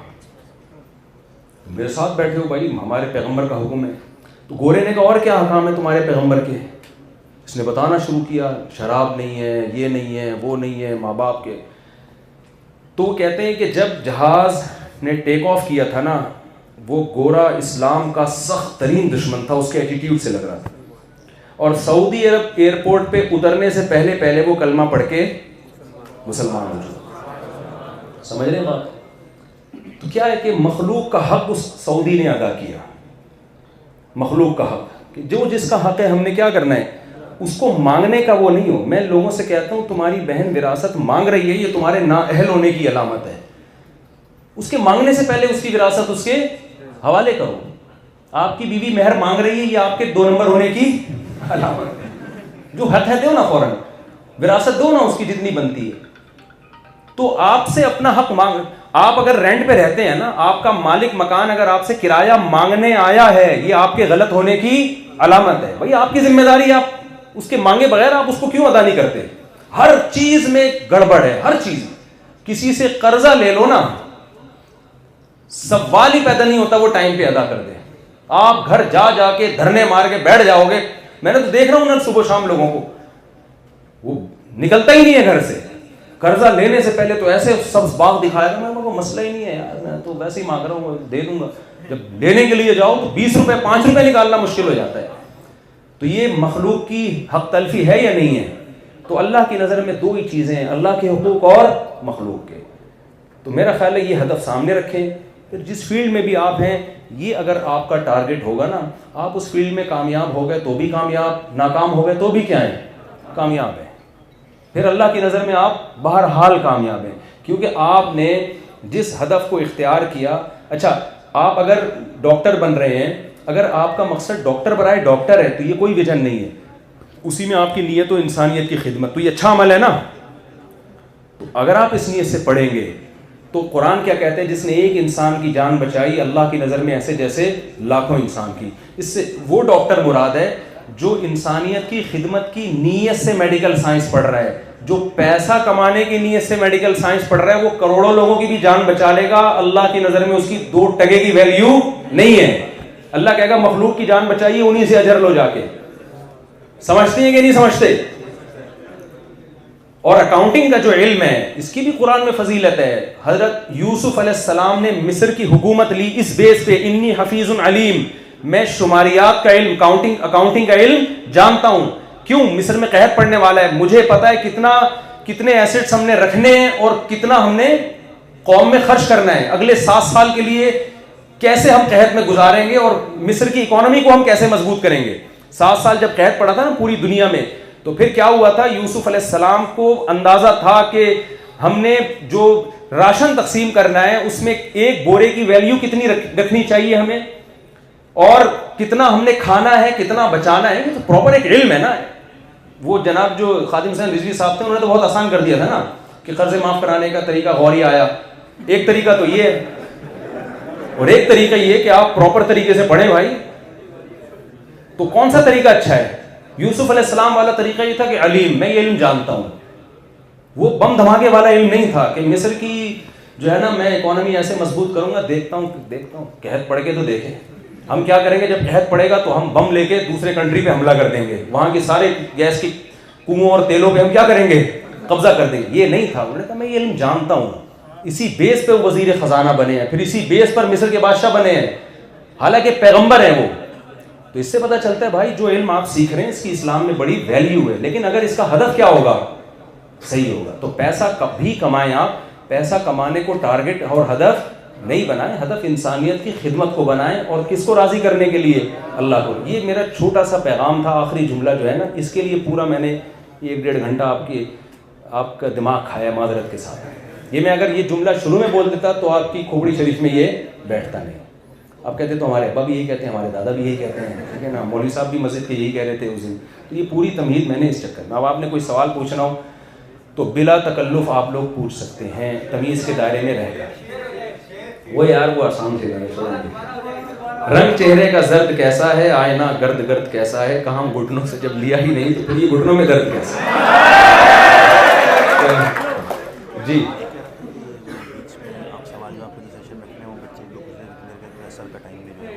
क्या असर का भी टाइम हो रहा है, तो ये सवाल जवाब का सेशन हमें कितनी देर रखना है? 5:30। आप बता दें कितनी देर रखना है? 5-10 मिनट रख लेते हैं। 15 मिनट रख लेते हैं। ठीक है, 15 मिनट आपके पास टाइम है, बस जो पूछ रहे हैं आप पूछ सकते हैं। जी माइक पकड़िए, माइक।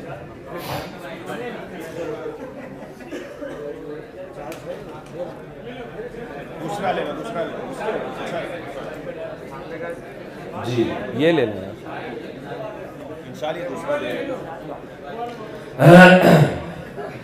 पाकिस्तान है पड़ी हुई किसी की जेल में। जी आपने जैसे कहा कि दुनिया में इंसानों को भेजा गया है इम्तिहान के लिए कि अल्लाह देखना चाहता है कौन सही रास्ते पे जाता है कौन गलत रास्ते। तो नसीब फिर किस चीज़ का नाम है? हाँ, कह रहे हैं नसीब किस चीज़ का नाम है? अल्लाह ने, भाई नसीब तो अल्लाह के इल्म का नाम है। अल्लाह का इल्म कामिल है, उसको पहले से पता है कौन अच्छा बनेगा कौन बुरा बनेगा। जैसे बाज़ दफ़ा आपके टीचर को पता होता है कि इसने कुछ किया भी है नहीं, इसने फेल ही होना है, लेकिन फिर भी वो एग्जामिनेशन हॉल में आपको बिठाएगा, पेपर आपके सामने रखेगा ताकि हुज्जत तमाम हो। तो अल्लाह को पता तो होता है पहले से, लेकिन उस इल्म की बेस पे अल्लाह फैसले नहीं करता। फैसले अल्लाह आजमाने के बाद ही करता है। पता होता है, उसी पता होने को नसीब कहा जाता है। अल्लाह को ये भी तो पता होगा कि हम जहन्नम में जाएंगे, ये सब पता है अल्लाह ताला। फिर इम्तिहान नहीं, इम्तिहान इसी बात का है ना कि जैसे आपके टीचर को पता होता है इसने फेल होना है इसने पास होना है, लेकिन एग्जामिनेशन हॉल से तो गुजारा जाता है ना, बिठाया जाता है उसको ताकि आपको बताएं कि इस वजह से आप फेल हुए, आपने खुद कुछ नहीं किया। आप जी ये अभी पिछले दिनों पाकिस्तान में जो है कि बहुत बड़ा सैलाब आया, तो बाज़ लोग उसको कह रहे हैं अजाब नहीं है बल्कि मिसमैनेजमेंट है। तो उस हवाले से कुछ 100% मिसमैनेजमेंट है, उसकी वजह से अजाब है। तो मिसमैनेजमेंट और अजाब दो अलग अलग चीज़ें नहीं हो सकती। जब मिसमैनेजमेंट होती है तो अल्लाह की तरफ से अजाब आते हैं। यूसुफ अलैहिस्सलाम के दौर में 7 साल कहत पड़ा था, जो अजाब था, लेकिन वो अजाब बना नहीं क्योंकि मैनेजमेंट बहुत ज़बरदस्त थी। अगली 7 सालों की पहले से ही प्लानिंग कर ली थी। तो ये तो कुरान से हमें पता चलता है ना। उन्होंने कहा मुझे वज़ीर ख़जाना बनाओ क्योंकि जब कहत आएगा तो मैं मुल्क को बचा सकता हूँ, बाकी इनमें किसी में दम नहीं है क्योंकि मेरे पास ये इल्म है। तो ये मिसमैनेजमेंट की वजह से अल्लाह का अजाब है। जी आपने कहा था कि आप बताएंगे बाद में कि वो अल्लाह को किसने क्रिएट किया, तो सबसे ज़्यादा शायद सवाल ये। हाँ भाई, अल्लाह को किसने, ये सवाल पैदा होता है ना। देखें, जिसके बारे में हमें पता होता है कि ये बन नहीं सकती क्रिएटर के बगैर, उसके बारे में तो हम फैसला कर सकते हैं। जो क्रिएटर है उसको तो हमने, वो मादी चीज़ थोड़ी है, उसको तो हमने देखा ही नहीं है क्योंकि तीसरा ऑप्शन आपके पास कोई है नहीं। यानी अगर आप ये कहते हैं ना कि कायनात खुद से है, तो तो ये ज़्यादा बड़ा एतराज़ है कि ये कायनात तो चल नहीं सकती, तो बन कैसे सकती है बनाने वाले के बगैर। और बनाने वाले को तो हम जानते हैं, वो तो हमारी अकलों से बालातर है ना, तो मावराउल अकल है। अब एथियस क्या करता है, वो ये एतराज़ करता है कि खुदा को किसने बनाया। वो कहता है चूँकि खुदा खुद ब खुद नहीं बन सकता, खुद ब खुद हो नहीं सकता, तो लिहाजा ये कायनात खुद ब खुद है। हम कहते हैं यार तुम बारिश से भागे और परनाले के नीचे आके खड़े हो गए, तुम एक एतराज़ से भाग के उस यानी इस कायनात जिसके ज़र्रे ज़र्रे से हम वाकिफ़ हैं। यहाँ माइक, जब तक माइक चलाने वाला ना हो, माइक चला, बटन आगे पीछे हो जाए तो माइक काम करना छोड़ देता है। तो इस कायनात से तो हम वाकिफ़ हैं, ये खुद नहीं बन सकती, क्रिएटर को तो हमने देखा ही नहीं है। अब दोनों में से एक ही बात है, या तो अल्लाह हमेशा से है या ये कायनात हमेशा से है, तीसरा ऑप्शन आपके पास है नहीं। तो जाहिर है वो मानेंगे जो अकल के ज़्यादा करीब है, समझते हैं। और कोई सवाल जल्दी से पूछें, 10 मिनट हैं बस। सवाल मेरा ये कि आज से 1400 साल पहले हज़रत मोहम्मद सल्लल्लाहु अलैहि वसल्लम ने क़यामत की निशानियाँ बताई थी, तो उन क़यामत की निशानियों में से एक ये भी निशानी थी कि इस्लाम हिस्सों में तकसीम हो जाएगा, फ़िरके बन जाएंगे। तो आज हम देख रहे हैं फ़िरके बने हुए हैं, मुख्तलिफ फ़िरके बने हुए हैं। तो हमारे उलमा को भी पता है कि ये क़यामत की निशानी है, तो हमारे उलमा ये क्यों नहीं सोचते कि इस मसले को कोई हल। हाँ देखें, ये फ़िरके जो बने हुए हैं, तो हदीस में आते हैं 73 फ़िरके होंगे, एक जन्नत में जाएगा, तो एक भी फ़िरका ही होगा जो जन्नत में जाएगा, समझ रहे हैं ना। अगर आप देखें सारे फ़िरके ही गलत हैं, चूँकि ये फ़िरके हैं, तो 73 में एक तो जन्नत में जा रहा था, उसको भी आपने कहाँ भेज दिया, जहन्नम में। तो सारे मुसलमान जहन्नम में, तो जन्नत में दाल चावल के अलावा कुछ नहीं मिलेगा। निशानियाँ क्या है उसकी निशानी उसी हदीस में है कि सहाबा ने पूछा या रसूल अल्लाह वो कौन सा फ़िरका जन्नती। आपने फरमाया जिस पर मैं और सहाबा थे। कुरान और हदीस की वो तशरीह जो सहाबा के अमल के अगेंस्ट है, वो तशरीह नहीं चलेगी मार्केट में। और एक दूसरा सवाल ये कि किसी शिया भाई ने मेरे से सवाल किया था कि जब हज़रत इमाम हुसैन मदीने से, देखिए ये शिया सुन्नी बातें ना करें, यही तो फ़िरकावारियत की आग लगती है ना। सवाल है जी कि क्या हुआ? नहीं यार, इतना भी सवाल ये क़यामत की निशानी है। मेरा भी सवाल है सर आपसे, उन्होंने भी कुछ शायद पूछना है पीछे। आपने जिस तरह कहा कि वहाँ खुदकुशी का रेट ज़्यादा है, ये बात सही है, लेकिन मैं बहुत बार वहाँ रहा भी हूँ, तो मैंने देखा है कि वहाँ लोगों की एवरेज एज बहुत ज़्यादा है, यानी 80, और वहाँ वो मैं वजह बताता हूँ। हाँ, तो वहाँ लोग इंजॉय भी, यानी लाइफ में खुश भी बहुत है, ये चीज़ सच है कि वो बिल्कुल लोग हर चीज़ को इंजॉय करते हैं। यानी 60 का वहाँ का बंदा यहाँ के, यानी वहाँ का 60 का, वहाँ का 60 वाला बंदा यहाँ के 40 वाले से भी ज़्यादा एक्टिव नजर आता है। जी ठीक है, ये तो एक हकीकत है। मैं देखें कंपेयर कर रहा हूँ चंद चीज़ों में, हर चीज़ में कंपेयर नहीं कर रहा। अगर आप वहाँ की खूबियाँ बयान करेंगे तो वो मैं उसका मुनकिर थोड़ी हूँ, डिसिप्लिन है उस सोसाइटी में। और उस मैं ये कह रहा हूँ कि जो हर चीज़ में हमने गोरे को बाप बना लिया है ना, वो ठीक नहीं है। ये मकसद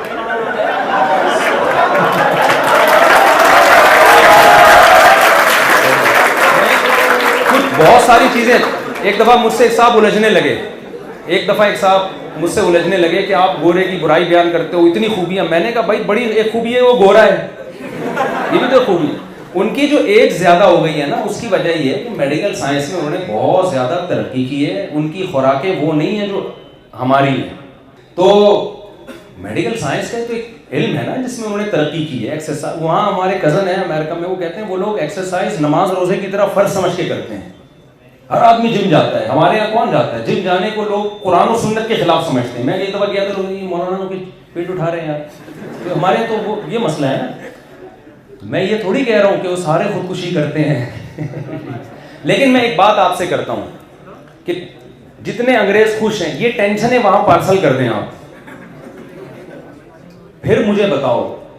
और जो टेंशन फ्री वहाँ की ज़िंदगी है वो हमें दे दें, हमारी उम्रें 200 साल हो जाएंगी। एक मैं आपके सवाल का यूं जवाब देता हूं कि जो गंदा सिस्टम हमारे ऊपर मुसल्लत है ना, जो हमारे हुक्मरान हैं, सिवाय चंद एक को छोड़ के, उन हुक्मरानों को आप 2 महीने के लिए गोरे को पर मुसल्लत कर दो, वो हमसे बदतर ना हो जाए तो आप मुझ पर एतराज करें। और उनके हुक्मरान 2 महीने के लिए हमें दे दो, हम उनसे अच्छे ना बन जाएं तो आप देखना। सिस्टम की खराबी है हमारे यहाँ। सिस्टम जो है ना, सही आदमी उस सिस्टम में एडजस्ट हो ही नहीं सकता, वो सिस्टम उसको चलने ही नहीं देता आगे ना। तो हम तो खराब मजहब की वजह से नहीं है, हमारे अंदर कोई खूबी अगर है तो मजहब की वजह से है। उनके यहाँ कोई खूबी है तो सिस्टम की वजह से, लॉ है, कानून है। तो ये मजहब अगर वो ले लें तो वो हमसे भी अच्छे हो जाएंगे, और अगर हम उनसे उनका सिस्टम ले लें और मजहब भी हमारा हो तो हम उनसे आगे निकल जाएंगे। हमारे यहाँ हो ये रहा है कि उनकी जो अच्छी चीज़ है ना, जो डिसिप्लिन है, एक नज़्म ज़ब्त है या उनकी सेहत है, वो उनसे नहीं ले रहे, कल्चर ले रहे हैं जो 100% एक वहशियाना जिंदगी हो चुकी है वो ले रहे हैं। उसका मकसद है कि उसकी नफी करना। जी जनाब, हम मेरे ख्याल में एक मजीद सेशन के लिए मुफ्ती साहब को इनवाइट कर लेंगे, क्योंकि असर का टाइम है। ठीक है, तो एक वो चीज़ हम पूरी क्वेश्चन एंड आंसर के लिए चलें, फिर अपना ख्याल रखिएगा, अपने खर्चे पे हाथ